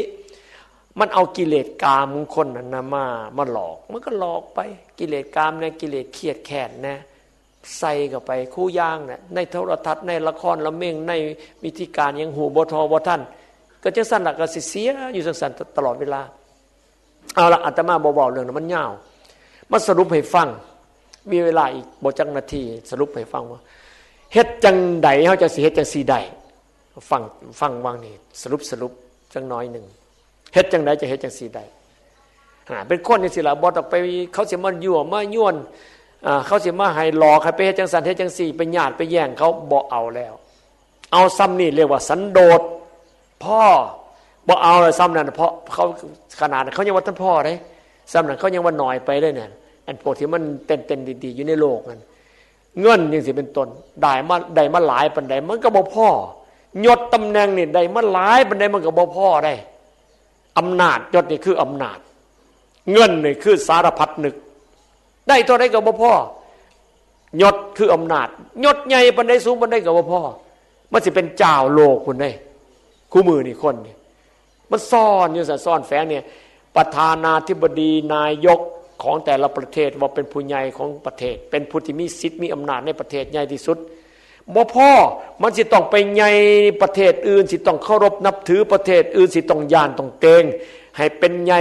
ประเทศน้อยประเทศเล็กจนก็ทั้งในโลกนี่มันใหญ่ที่สุดมันก็พยายามคู่มือนี่นะประธานาธิบดีประเทศนั้นประธานาธิบดีประเทศนี้นายกประเทศนั้นนายกประเทศนี้มันสิเทศในสร้างอำนาจให้แก่ตัวเองบ่แม่นในประเทศตัวเองออกนอกประเทศนำคู่มือนี่แห่งสื่อสารมันไปทั่วทีปทั่วประเทศดาวเทียมสื่อสารไปทั่วหมดฮู้กันหมดแล้วมันก็เบ่งอำนาจหมดเนี่ยแสวงหาลาภยศสรรเสริญโลกีสุขเท่านี้ล่ะไม่เฮี้ยนเถาะคนอย่างพระพุทธเจ้านี่สิเอาก็ได้เกิดมาในยุคพระพุทธเจ้าเพิ่นก็เอาพระมาทำนายตั้งแต่เกิดพระพุทธเจ้าขั้นสิอยู่ทั้งโลกนี่บ่มาออกมาบวชบ่มาบวชสิได้เป็นจอมจักรพรรดิใหญ่กว่าเจงกิสข่านแน่นอนใหญ่เป็นเจ้าอำนาจมีอาณานิคมได้ใหญ่ขั้นอยู่ทั้งโลกก็สิใหญ่พระพุทธเจ้าถ้าอยู่เป็นฆราวาสจะได้เป็นจอมจักรพรรดิถ้าอยู่ไปบวชสิได้เป็นพระพุทธเจ้าขั้นอยู่ทั้งโลกสิได้เป็นจอมจักรพรรดิใหญ่มันก็ญาติกันจะเสียแล้วทั้งโลกบ่เอาแล้วโลกบ่เอาพระพุทธเจ้าบ่เอาโลกเขามาเอาทั้งธรรมผู้ใดอยากไปเอาทั้งโลกก็ไปเดินนั่งอยู่นี่เราบอกไปหาลาภหลายๆสิไปเอาให้มันได้ตอนนี้คู่มือนี่เขาว่าเป็นเศรษฐีเนี่ยเจ้ารอสตันตอนนี้รวยที่สุดแต่ก่อนนี่บิลเกตรวยนะมีเงินตั้งตอนนี้ลอสตันมี290,000 ล้านประเทศไทยนี่ยังเป็นหนี้บ่ทอมันเด้ส่วนบิลเกตนั้นตกไปแล้วเหลือ260,000 ล้านบ่พอได้มันยังบ่ทันเศร้าได้แต่ก่อนเนี่ยมันมีตั้ง400,000เจ้าบิลเกตเนี่ยมีตั้ง400,000 ล้าน400,000 กว่าอาตมาจื้อบ่ได้พอมาปีแล้วเนี่ยขาดทุนหุ้นมันตกเหลือ260,000เจ้าลอสตันก็เลยขึ้น290,000เลยเป็นเศรษฐีใหญ่กว่าปีเดียวมัน นั่นน่ะบูว่าแต่มันก็สิแข่งกันเอาหลายอีกมันบ่หยุดนะลาภก็ดียศก็ดีประธานาธิบดี อเมริกาว่าใหญ่มันก็แพ้อำนาจไปทั่วเลยนี่ผู้นั้นสิต้องอยู่ใต้อันนั้นมันก็ใส่วิธีเสียใส่วิธีทั้งสมัยใหม่มันบ่ไปลบคือสมัยเจงกิสข่านโอ้ยขี่ม้าข่วงงาวข่วงดาบไปลบเอาชนะสมัยโบราณมันสำนันสมัยนี้มันโอ้โหใส่วิธีสารพัดเลยสิต้องมีอำนาจเหนือจะต้องไต่ต้องมีอำนาจใหญ่ครอบงำไทยกับเป็นทาสอเมริกาอยู่แล้วตอนนี้นี่แหละมันซ่อนๆอย่างสิละพระพุทธเจ้าก็ว่ายาหัวมันถ้าเกิดมาจากศาสตร์จากศาสตร์มันก็ซ้ำนี่ละมาทางนี้ดีกว่าเฮ็ดให้สังคมสุขเฮ็ดให้สังคมอยู่เย็นเป็นสุขอยู่สบายเป็นประโยชน์เป็นบุญเป็นกุศลเฮาสิมาเป็นผู้สร้างทรัพยากรในโลกสร้างเขาสร้างน้ำสร้างวัตถุดิบที่เป็นประโยชน์ต่อมนุษยชาติบ่ไปสร้างหรอกวัดอาวุธยุทธภัณฑ์สิไปฆ่าไปแกงกันบ่สร้างมาสร้างอันนี้ล่ะมาสร้างของดีนี่มาสร้างปัจจัย4มาสร้างบริการเครื่องใช้ที่เป็นประโยชน์เป็นอีหยังหมดนี่ขึ้นมาให้คนนี่เอามาใส่สอยอยู่กันอย่างสงบสุขอยู่กันอย่างสามัคคีอุดมสมบูรณ์มาสร้างอันนี้ต่ออย่าเสือไปเป็นขี่ข่อยขี่ขาเขาไปเป็นเจ้าไปเป็นลูกแรงบริษัทเฮ็ดเบียร์เฮ็ดเหล้าบริษัทเฮ็ดอาวุธบริษัทเฮ็ดการพนันบริษัทสร้างการพนันบริษัทสร้างเอียงหมู่นี่น่ะของง่ายๆหมู่นี่เข้าใจให้ได้ไปเป็นลูกแหล่งเขาไปเป็นไม่เป็นมือเขามันเป็นบาปในโลกมิจฉาวณิชฌาห้านี่ก็มีสอนพระพุทธสอนไว้พระพุทธเจ้าสอนไว้เมื่อพวกเขาก็เฮี้ยนมาก็เลิกละมาจะว่าอยู่นี่มีอาชีพแต่อาชีพดีๆอาชีพเป็นชาวไร่ชาวนานี่เป็นอาชีพดีที่สุดในโลกข้าเรามีเขากินเพียงพอแล้วก็เอาเขาไปแลกกันไปแลกอันนั้นอันนี้ก็ได้เฮ็ดหลายๆก็เอาไปแลกอันนั้นนี่มาขั้นเฮียนหูจักสันโดษอภิจะสันตุติปวิเวกะสังสักขวิริยารัมภะข้าไม่เฮียนให้ตัวเองเป็นคนมักน้อยพ่อบ่ต้องหลายกับพ่ออยู่ได้สบายแข็งแรงนะสงบไผสิมายั่วมายุมาหลอกมายังไงฮู้เท่าท่านบ่ไปบ่เอาพ่อบ่ไปหลงกับเขาแล้วโลกีเขาสิปรุงแต่งมาหลอกโอ้มันหลอกกันคู่มือมันหลอกขนาดเลยเฮาก็ฮู้มีปัญญาเท่าท่านโอ้ยบ่ไปเสียไปหายกับเขาเลยสบายเบาว่างง่ายสบายเอาเวลาเอาแรงงานเอาทุนร้อนมาสร้างดีๆนี่สร้างของดีให้แก่สังคมให้แก่มนุษยชาติแล้วก็แจกจ่ายเขาซ้ำบ่ต้องไปเอาเปรียบเอารัดมีแต่เป็นบริจาคเพื่อแผ่เกื้อกูลให้ข้าเจ้าโอ้ยมันยอดสบายเด้ชีวิตมันมีแต่ประโยชน์ให้กับผู้อื่นตัวเองก็กินใส่พ่อมันพ่ออีนี่ใจมันพ่อได้ใจมันพ่ออีนี่เนี่ยเขาเอาของปลอมของเปลืองของผลาญของเล่ยของเกินของเฟ้อมาให้ก็บ่เอาบ่ต้องเอาหรอกลังยางลังอันก็กินได้ใส่ได้อยู่แต่ก็บ่ติดกินก็ได้อาตมาจะกินเป๊ปซี่ก็ได้เอามากินรับรองบ่สักบ่ดินหรอกกินใส่กระปากเข้าไปในปากนะบ่สักบ่ดินอีหลีกินได้แต่ก็กินจังซั่นล่ะบ่ได้ต้องการอะไรหลายดวงอีหลีเนี่ยเอาเหล้าไม่กินเดี๋ยวนี้ก็สดได้เหล้าเดี๋ยวนี้อาตมาก็สดได้รับรองบ่สักสดข้าวเดียวนี่กึบก็บ่สักแต่สิบ่กินให้ดอกบ่เชื่อก็ยาบ่กินเอาเหล้าไม่กินบ่กินดอกถ้าจะกินมันเปื้อนปากเห็นหยังเขาเอามายั่วจังไดก็บ่เอาลาภยศสรรเสริญโลกียสุขอันมีกามมาสุขแน่มีอัตตถะสุขหรืออัตตทัฏฐะสุขอัตตทัฏฐะสุขสุขที่ถือว่ามันคือเป็นประโยชน์มาบำเรอตนก็ฮู้เท่าท่านเป็นอำนาจมานะอัตตาเป็นใหญ่เป็นโตเป็นจังสันจังสี่แน่ต่างจากกามสุขก็ฮู้ท่านบ่เอาบ่ต้องเอาบ่ต้องศึกษาบ่ต้องมาแสวงหาบ่ต้องมาอยากได้เขาเอามาให้ก็บ่เอาฮู้ท่านพ่อสันโดษมีสวรรค์แหละบ่ต้องไปปรุงสวรรค์สวรรค์นิพพานสวรรค์ว่างสวรรค์สุญญตามีเมตตาวิหารธรรมมีสุญญตวิหารธรรม มีเครื่องอยู่สบายว่างมีเมตตาเกื้อกูลเป็นพรหมวิหารเป็นโภคทรัพย์คนเฮาสิมีโภคทรัพย์นี่ก็มีพรหมวิหาร4สิเป็นต้นคนรวยก็รวยอยู่กับเฮาขยันกับเฮามีสมรรถนะอย่างที่บอกไปแล้วมีแล้วเฮาก็สร้างสรรค์ให้ผู้อื่นนั่นแหละคนรวยวิธีทำก็ศีลสมาธิปัญญาหมดเวลาแล้วล่ะสิอธิบายวิธีทำนี่ศีลสมาธิปัญญาหรือวิปัสสนาสมถะนี่แหละมันก็มีวิธีการวิธีอธิบายวิธีปฏิบัติก็ไม่เฮี้ยนเบิงอย่างน้อยที่สุดเนี่ยไปตรวจตัวเองบ้างว่าเฮาสิปฏิบัติธรรมจังใดเริ่มต้นจังใดอยู่นี่เฮาชาวโศกนี่มี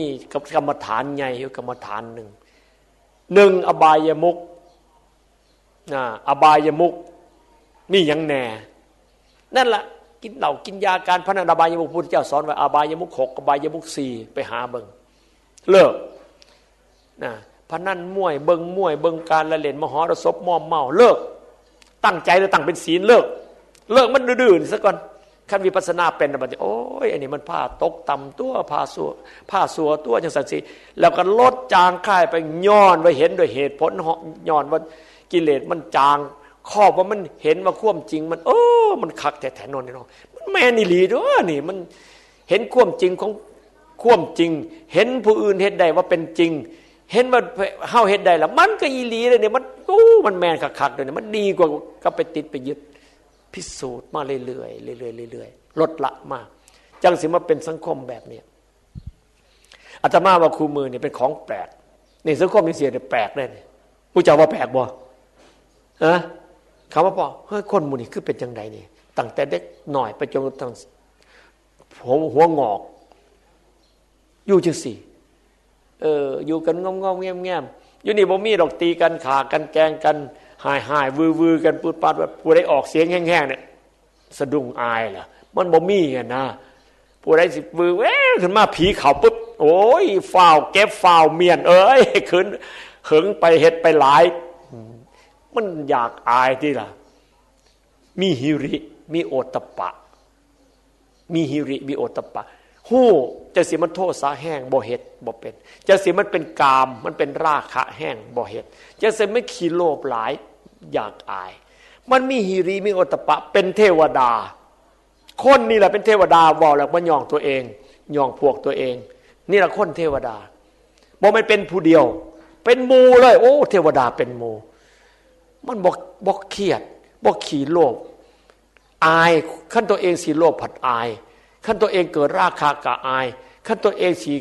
เครียดสิวือกะอายนี่แหละเทวดาบ่ได้เป็นผู้เดียวเนี่ยเป็นทั้งหมู่เลยเนี่ยแห่งเป็นผีอยู่คือยังอยู่ในทั้งสังคมทั้งนองบ่ฮู้จักโตเลยเนี่ยผีต่อผีตีกันทึนอยู่ซุน่ะบ่ฮู้โตเลยโลกพวกนั้นนะมรหกผีหลอกบัดนี้อยู่ในเมืองกรุงเทพหลอกกันฉันผู้ดีฉันคนสวยฉันคนสูงหลอกกันตะพึดเลยเนี่ยหลอกกันจนบ่ฮู้เลยว่าไผเป็นไผอยู่ในกรุงเทพน่ะผีหลอกขนาดเลยเสื้อบ่ผีหลายแล้วผีหลอกด้วย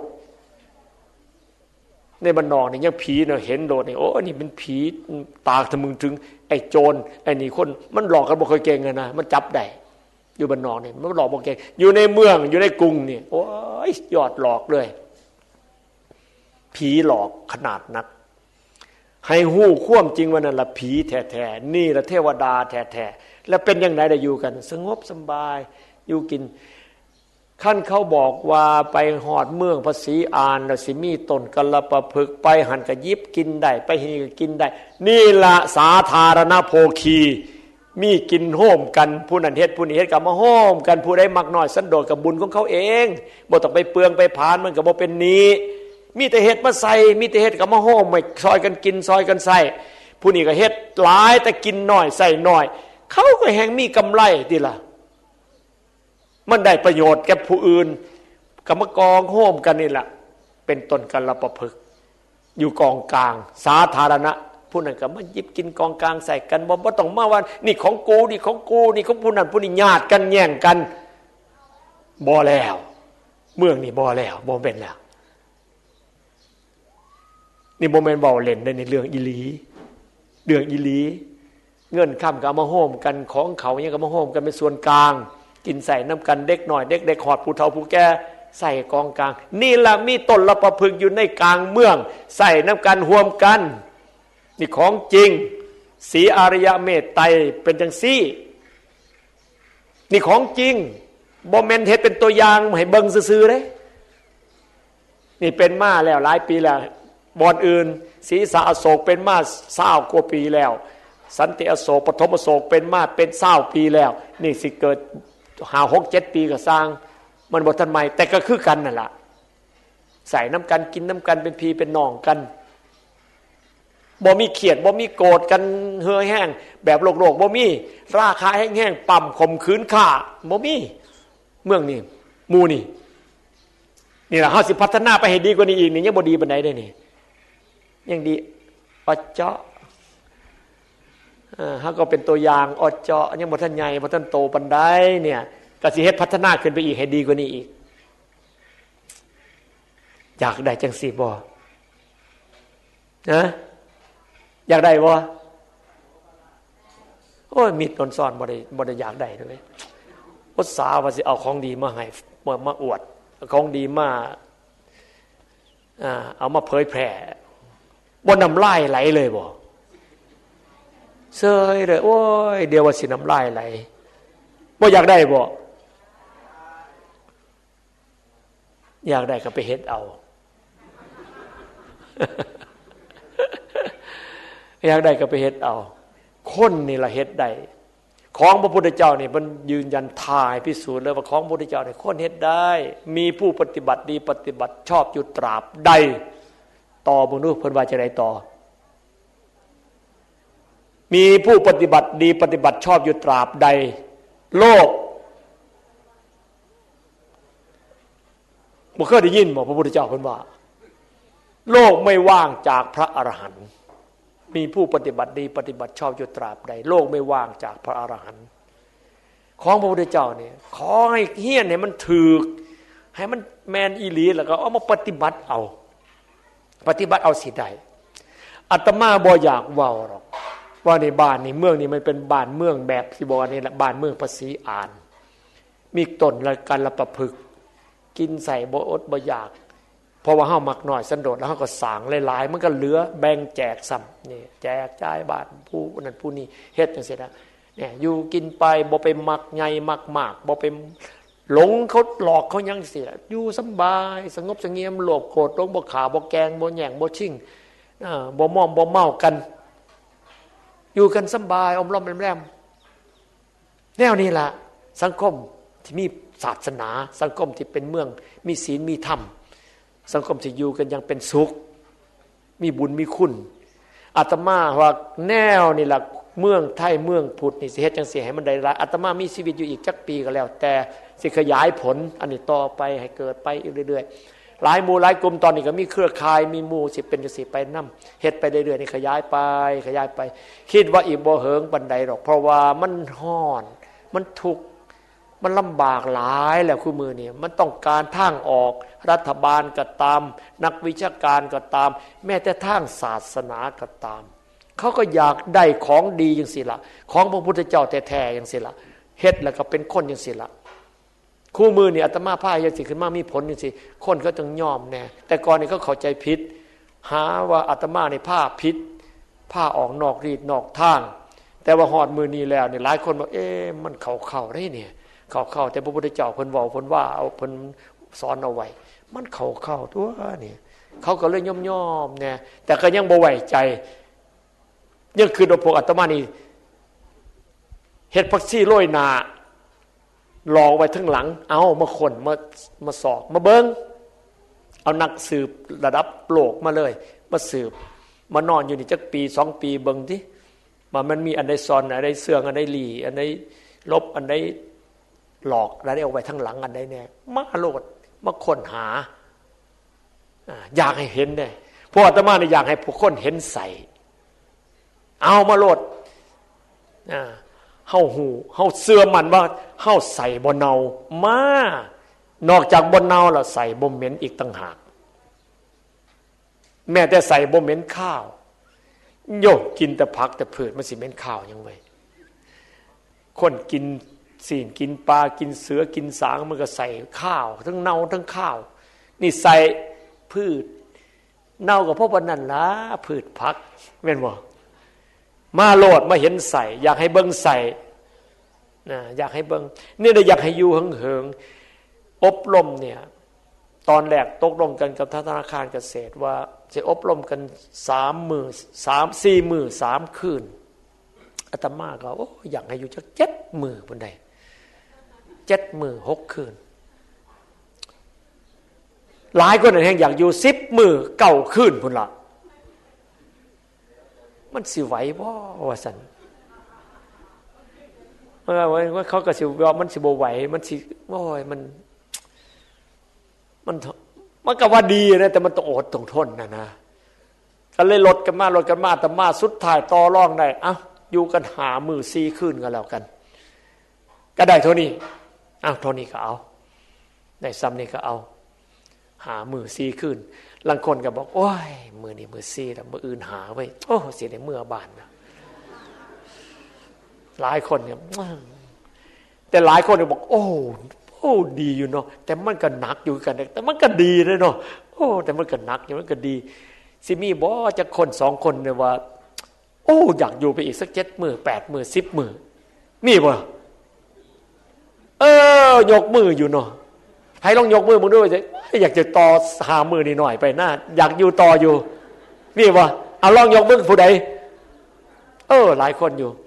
หลายคนก็ว่ามันใจหนึ่งก็อยากเมื่อใจหนึ่งก็อยากอยู่บ่กล้ายกแนวนี้มีบ่คือสิหลายอยู่แนวนี้ใจหนึ่งก็อยากอยู่ใจหนึ่งก็อยากเมื่อมันเลยบ่กล้ายกเอาละอย่างหน่อยที่สุดมาพอมาสัมผัสมาเห็นบอนนี่ละเป็นบอนที่เพิ่นเอิญในภาษาสมัยใหม่เพิ่นเอิญว่าเวิร์กช็อปนี่เรามาสัมมนาปฏิบัติการเพิ่นบอกว่าเนี่ยมาสัมมนาเชิงปฏิบัติการภาษาฝรั่งเพิ่นก็เอิญยังโกได้เนี่ยเฮาเว้าให้มันสูงๆแน่เขาเว้าเขาก็เว้าเป็นนี่เวิร์กช็อปคือมาประชุมมาสัมมนามีความรู้อันใดก็มาบอกกันแล้วก็มาลองเฮ็ดลองเบิ่งลองปฏิบัติลองฝึกเบิ่งนี่ล่ะคือช็อปนี่แหละคือห้ามคือองค์ประกอบมีครบตั้งแต่ความเป็นอยู่เป็นของจริงบ่แม่นเฮ็ดแต่ในห้องประชุมมีตัวอย่างมีนิทรรศการเท่านั้นบ่แม่นของจริงเลยนี่ของหมู่นี่ของเอามาจากนี่หมดเลยนี่เอามาตกมาแต่งมาว่างอยู่นี่เอาอยู่ในนี่ออกไปเฮ็ดก็ไปเบิ่งของจริงของยังนี่เป็นชีวิตจริงๆเป็นช็อปเป็นร้านที่จริงมาอบรมบ่นี่มาสัมมนาบ่นี่แหละมันสิเกิดปฏิกิริยาสิเกิดผลเวิร์กเกิดผลปฏิบัติได้เฮ็ดได้สิเกิดความจริงขึ้นมานี่แหละเป็นแหล่งเวิร์กช็อปที่คุยโตเลยบัดนี้ไผสิหาว่าคุยก็สร้างคุยให้ฟังเน้นให้ฟังย้ำยืนยันให้ฟังว่านี่แหละพ้นท่านสมัยเวิร์กช็อปนี่แหละตอนมันนี่แหละตอนมันแท้ๆเลยนะตอนเวิร์กช็อปนี่แหละเฮามาเฮ็ดอันนี้ละแม่สิใส่เวลาซ้ำหามือ4 คืนนี่ก็ตามก็คิดว่าพระพุทธเจ้าที่มานี่ก็คือสิได้ผลได้ยังเป็นแน่ติดต่อกันโครงการเฮาสิพยายามสัมมนาหรือพยายามสิจะอบรมกันเนี่ยสิอบรมให้เกิดสัจจะชีวิตแล้วก็สร้างคนขึ้นมาแล้วก็สร้างผู้นำไปอีกเป็นตามลำดับบนแน่ดอกมูเจ้าประมาณ100 คนแรกเนี่ยอาจสิมีผู้ที่ดีแล้วก็ได้ผลขึ้นมาสิต่อไปก็สิต่อจากสัจจะชีวิตก็สิไปสร้างตัวเองให้มันเก่งขึ้นมาให้ได้ขึ้นมาจนกระทั่งเป็นผู้นำบัดนี้แกเป็นผู้นำแล้วก็สามารถสืบสาวต่อกันไปอีกให้ปฏิบัติได้ให้เป็นอีดีขึ้นมาเฮียนจบว่าซั่นเถาะเฮียนจบวิชานี่ขึ้นมาทดแทนเฮากับปฏิบัติตัวเองได้สิมาเป็นคู่เขาเฮาเป็นก่อนสิมาเป็นผู้นำเขาเฮาเป็นก่อนให้ได้แล้วบัดนี้ก็มาว่ามันก็มีประสิทธิภาพลดละมีชีวิตสบายแล้วอีหลีบ่มีเงินมีทองเลยก็สบายอีหลีบ่มาตัวดอก บ่แม่นเว้าซื่อๆเป็นอีหลีมันก็ดีเฮาก็บ่เว้าบ่ขวงปากเว้าบ่อายปากเว้าอันใดก็แม่นคือความเว้าจังไสเป็นจังซั่นยถาวาทีตถาการีกตถาการียถาวาทีเว้าจังไดก็เป็นจังซั่นเป็นจังไดก็เว้าจังซั่นนี่แปลยถาวาทีตถาการีเป็นภาษาลาวเว้าจังไดก็เป็นจังซั่นเป็นจังไดก็เว้าจังซั่นเนี่ยยถาวาทีตถาการีกตถาการียถาวาทีให้มันได้จังซั่นอยากให้ประเทศชาติเนี่ยอยู่สุขสงบจังซี่บ่มันต้องกู้ชาติแล้วล่ะมันต้องกู้ชาติอาตมาบ่เห็นทางสิกู้ชาติได้เลยบ่เห็นมันทางนี้ทางเดียวและขั้นแม่นว่าประเทศเฮากู้ชาติได้แนวนี้ได้นี่แต่ละหมู่บ้านเป็นจังสิขยายผลไปหลายหมู่บ้านเป็นเครือข่ายมหภาคหมู่บ้านนี่มีอยู่ใน 80,000 กว่าหมู่บ้านในประเทศไทย 80,000 หรือ 8,000 ฮะ 70,000 หมู่บ้านในประเทศไทยนี่ขยายผลไปให้ได้จัก 3,000 4,000 5,000บัดนี้มันขยายจากหมู่บ้านเป็นตำบลขึ้นมาหมู่บ้านหลายตำบลนี่มันหลายหมู่บ้านมันอาจจะโฮมกันเป็นพลังของตำบลก็เป็นคนแนวนี่ต่างคนต่างเมื่อว่าเป็นพี่เป็นน้องกันมีสภาพเป็นคนลักษณะนี่แหละเป็นคนแบบนี้นะเป็นคนที่พระพุทธเจ้าท่านสอนให้เป็นพัฒนาให้เป็นคนเจริญแบบเนี้ยเป็นคนพัฒนาแบบนี้ขึ้นมาเป็นคนซอยสร้างสรรค์ขยันเพียรบนโลกเป็นของโตของตนเกื้อกูลกันขยายผลซอยเหลือเสือเฟื่อฝ่ายผู้อื่นต่อไปอีกตำบลก็จะเป็นกลุ่มตำบลคนแบบนี้สรุปง่ายๆเป็นหมู่บ้านพระศรีอานเป็นตำบลพระศรีอานเป็นอำเภอพระศรีอานเป็นจังหวัดพระศรีอานประเทศกันประเทศพระศรีอานเท่านั้นแล้วนี่บ่เป็นว่าวเล่นเด้บ่เป็นว่าวเล่นเด้อาตมาให้เวลา500 ปีอีหลีบอกมาหลายเทื่อแล้วอดีตนายกมาคุยกับอาตมาอดีตชวลิตย่องจะหยุดมานั่งคุยกันว่านี้อาตมาก็บอกว่าอาตมาให้เวลา500 ปีเพิ่นโอ้มันคือเทิงแต่เพิ่นว่า30 ปีบ่ได้บอกว่าโอ้โหท่านนายกท่านอดีตนายกต่อปานพหุรัตน์500ต่อเหลือ30ต่อโพดต่อเหลือมันต่อหลายโพดไผสิขายได้น้อยต่อจาก100 ปีก็ยังพอฟังนี่ต่อเหลือ30 ปีได้บ่เพิ่นว่าโอ้ยเอ้ามันสิได้เร็วได้ไวขึ้นก็ข้อปรับหมู่เฮานี่ล่ะคนนี่ล่ะเป็นตัวแปรคนนี่ล่ะเป็นตัวสำคัญที่สามารถให้เป็นไปได้คันเฮาขนขวยว่าเว้าจักสิเว้าลาวหรือเว้าไทยล่ะขนขวยมันสิภาษาลาวสิว่าจังได๋ขนขวยเนี่ยฮะแต่คนควยแหละเนาะ บอกไปมันก็ไทยคือลาวเนี่ยก็ว่าขั้นซอยกันค้นขวยหลายๆนี่นะอุตสาหะอุตสาเอามันก็บ่ง่ายดอกมันยากแค่โลกคู่มือนี่มันม่อมเมาเฮาเป็นโลกกินยาปลาอีหลีอีหลอนี่นะฮู้อยู่คู่คนก็คือสิฮู้คันว่าพยายามมันได้ประโยชน์ตนนำได้เนี่ยมันได้ของตัวเองนี่ล่ะเป็นก่อนได้ตัวเองแล้วก็จังได้กับหมู่กับฝูงขึ้นมาเป็นสังคมตัวเองนี่ล่ะได้ก่อนลดโลภโกรธหลงนะฮะเป็นคนแนวนี่แล้วมันก็เป็นบุญเป็นกุศลเป็นคุณค่าประโยชน์นะเฮาคิดให้พอเนี่ยอาตมาก่อนสิจบบอกแนวหนึ่งบอกไปแล้วล่ะเว้าไปแล้วล่ะสรุปให้ฟังอีกเทื่อนึงคนเฮาเนี่ยคันได้ไปแต่เอาของเขาเนี่ยมันบ่เป็นคนมีประโยชน์เนี่ยได้เปรียบเฮ็ดอันนี้ขึ้นมาอันนึงให้เขาไปขายแพงกว่าเก่าเฮ็ดอันนี้ขึ้นมาทุนมัน100ขายไป500โอ้ยดีใจได้มา500เอาเขา500มันเลวได้น่ะมันซัวมันบ่มีประโยชน์ได้ล่ะคันของอันนี้เนี่ย100สิให้เขาแทนที่จะขาย500หลงบ่ดีใจขาย50ทุนมัน100ก็หาให้50เฮาก็มีประโยชน์กับเขา50ให้เขาเลยบ่ต้องเอาเลยได้ให้ไปฟรีๆเลยได้แฮงเก่งจังสิละคนจะสิซื้อว่ามีประโยชน์เป็นคนมีบุญมีกุศลอันนี้มันเป็นสัจจะเอาไปคิดมันคิดผิดมาเหิงแล้วไปได้เปรียบเขามาไปเอาเปรียบเขามาเนี่ยว่าดีหลงมาเคยหลงบ่นี่เคยหลงบ่นี่นั่งอยู่นี่เคยหลงบ่ คู่ผู้คู่คนนั่นแหละแม่นบ่ล่ะอาตมาเว้าผิดบ่เนี่ยไผว่าผิดเถียงมาเนี่ยนะสัจธรรมมันจะสินะมันลึกซึ้งมันบ่เลิกลับหรอกเว้ากันก็ฮู้มันบ่เลิกลับหรอกมันฮู้เห็นบ่ล่ะเนี่ยฝากอันนี้เอาไว้ไปคิดในเห็นนะโอ้พระพุทธเจ้าเนี่ยเพิ่นมาหมดตนหมดโตได้ก็ขอว่าเพิ่นพอสัจธรรมจังซี่อีหลีตัวนี่เฮาคือเป็นคนคือกันกับเพิ่นเป็นยังจะไปคิดกับโลกอันมันผ้าโง่ๆเงาๆของสันมันโง่ซั่นน่ะมันคิดผิดมันบ่เป็นประโยชน์เฮาต้องมาลดกิเลสของเฮาบ่ติดบ่ยึดเฮาจังบ่ต้องโลภแล้วก็มามีวัฒนธรรมจังซี่ล่ะก่อหมู่ก่อกลุ่มนี้อำเภอใดหมู่บ้านใดก็แล้วแต่คบหากันทายทอดวิทยายุทธแบบนี้ล่ะทายทอดกันไปหมู่บ้านพระเจ้าเนี่ยได้เป็นอย่างศีลนำนะโอ้ยอาตมาสิดีใจหลายหมู่บ้านนี่ยังแน่เนี่ยหมู่นะกุดแฮกุดหินแฮหินเจริญหนองมัง3หมู่บ้านบ่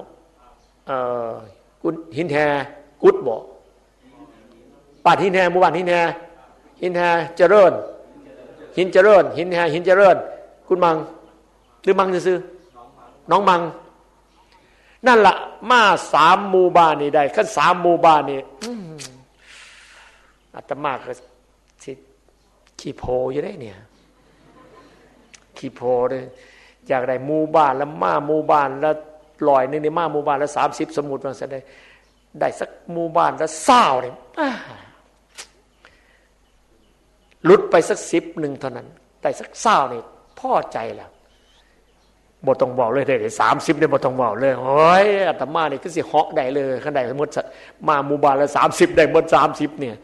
ไปปฏิบัติตนเองเลิกละอบายมุขเลิกละอันแนวที่มันบ่เข้าท่านี่นะอย่างน้อยไปเลิกได้นะผู้ใดเห็นเล่นไพ่เล่นโปเล่นหวยเล่นเบอร์ยังอยู่ในเศร้า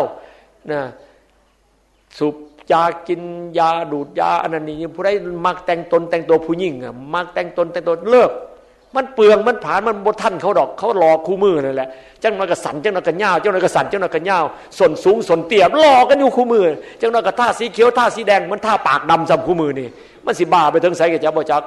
มันผีบ้าอีหลีอีหลอนี่เด้เลิกเศร้าเอาเวลามาเฮ็ดเบียกเฮ็ดงานเฮ็ดสิ่งที่เป็นประโยชน์ให้ได้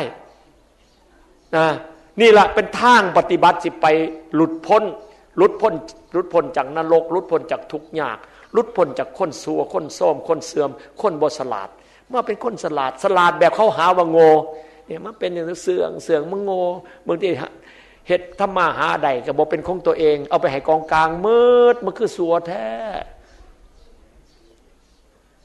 ยาหัวมันเขาสิว่าก็ยาหัวมันเขาสิมาเหนื่อยมาหยันก็ยาหัวมันเฮาเฮ็ดจังซี่ล่ะเป็นหมู่บ้านภาษีอานแบบนี้ล่ะฟังให้ดี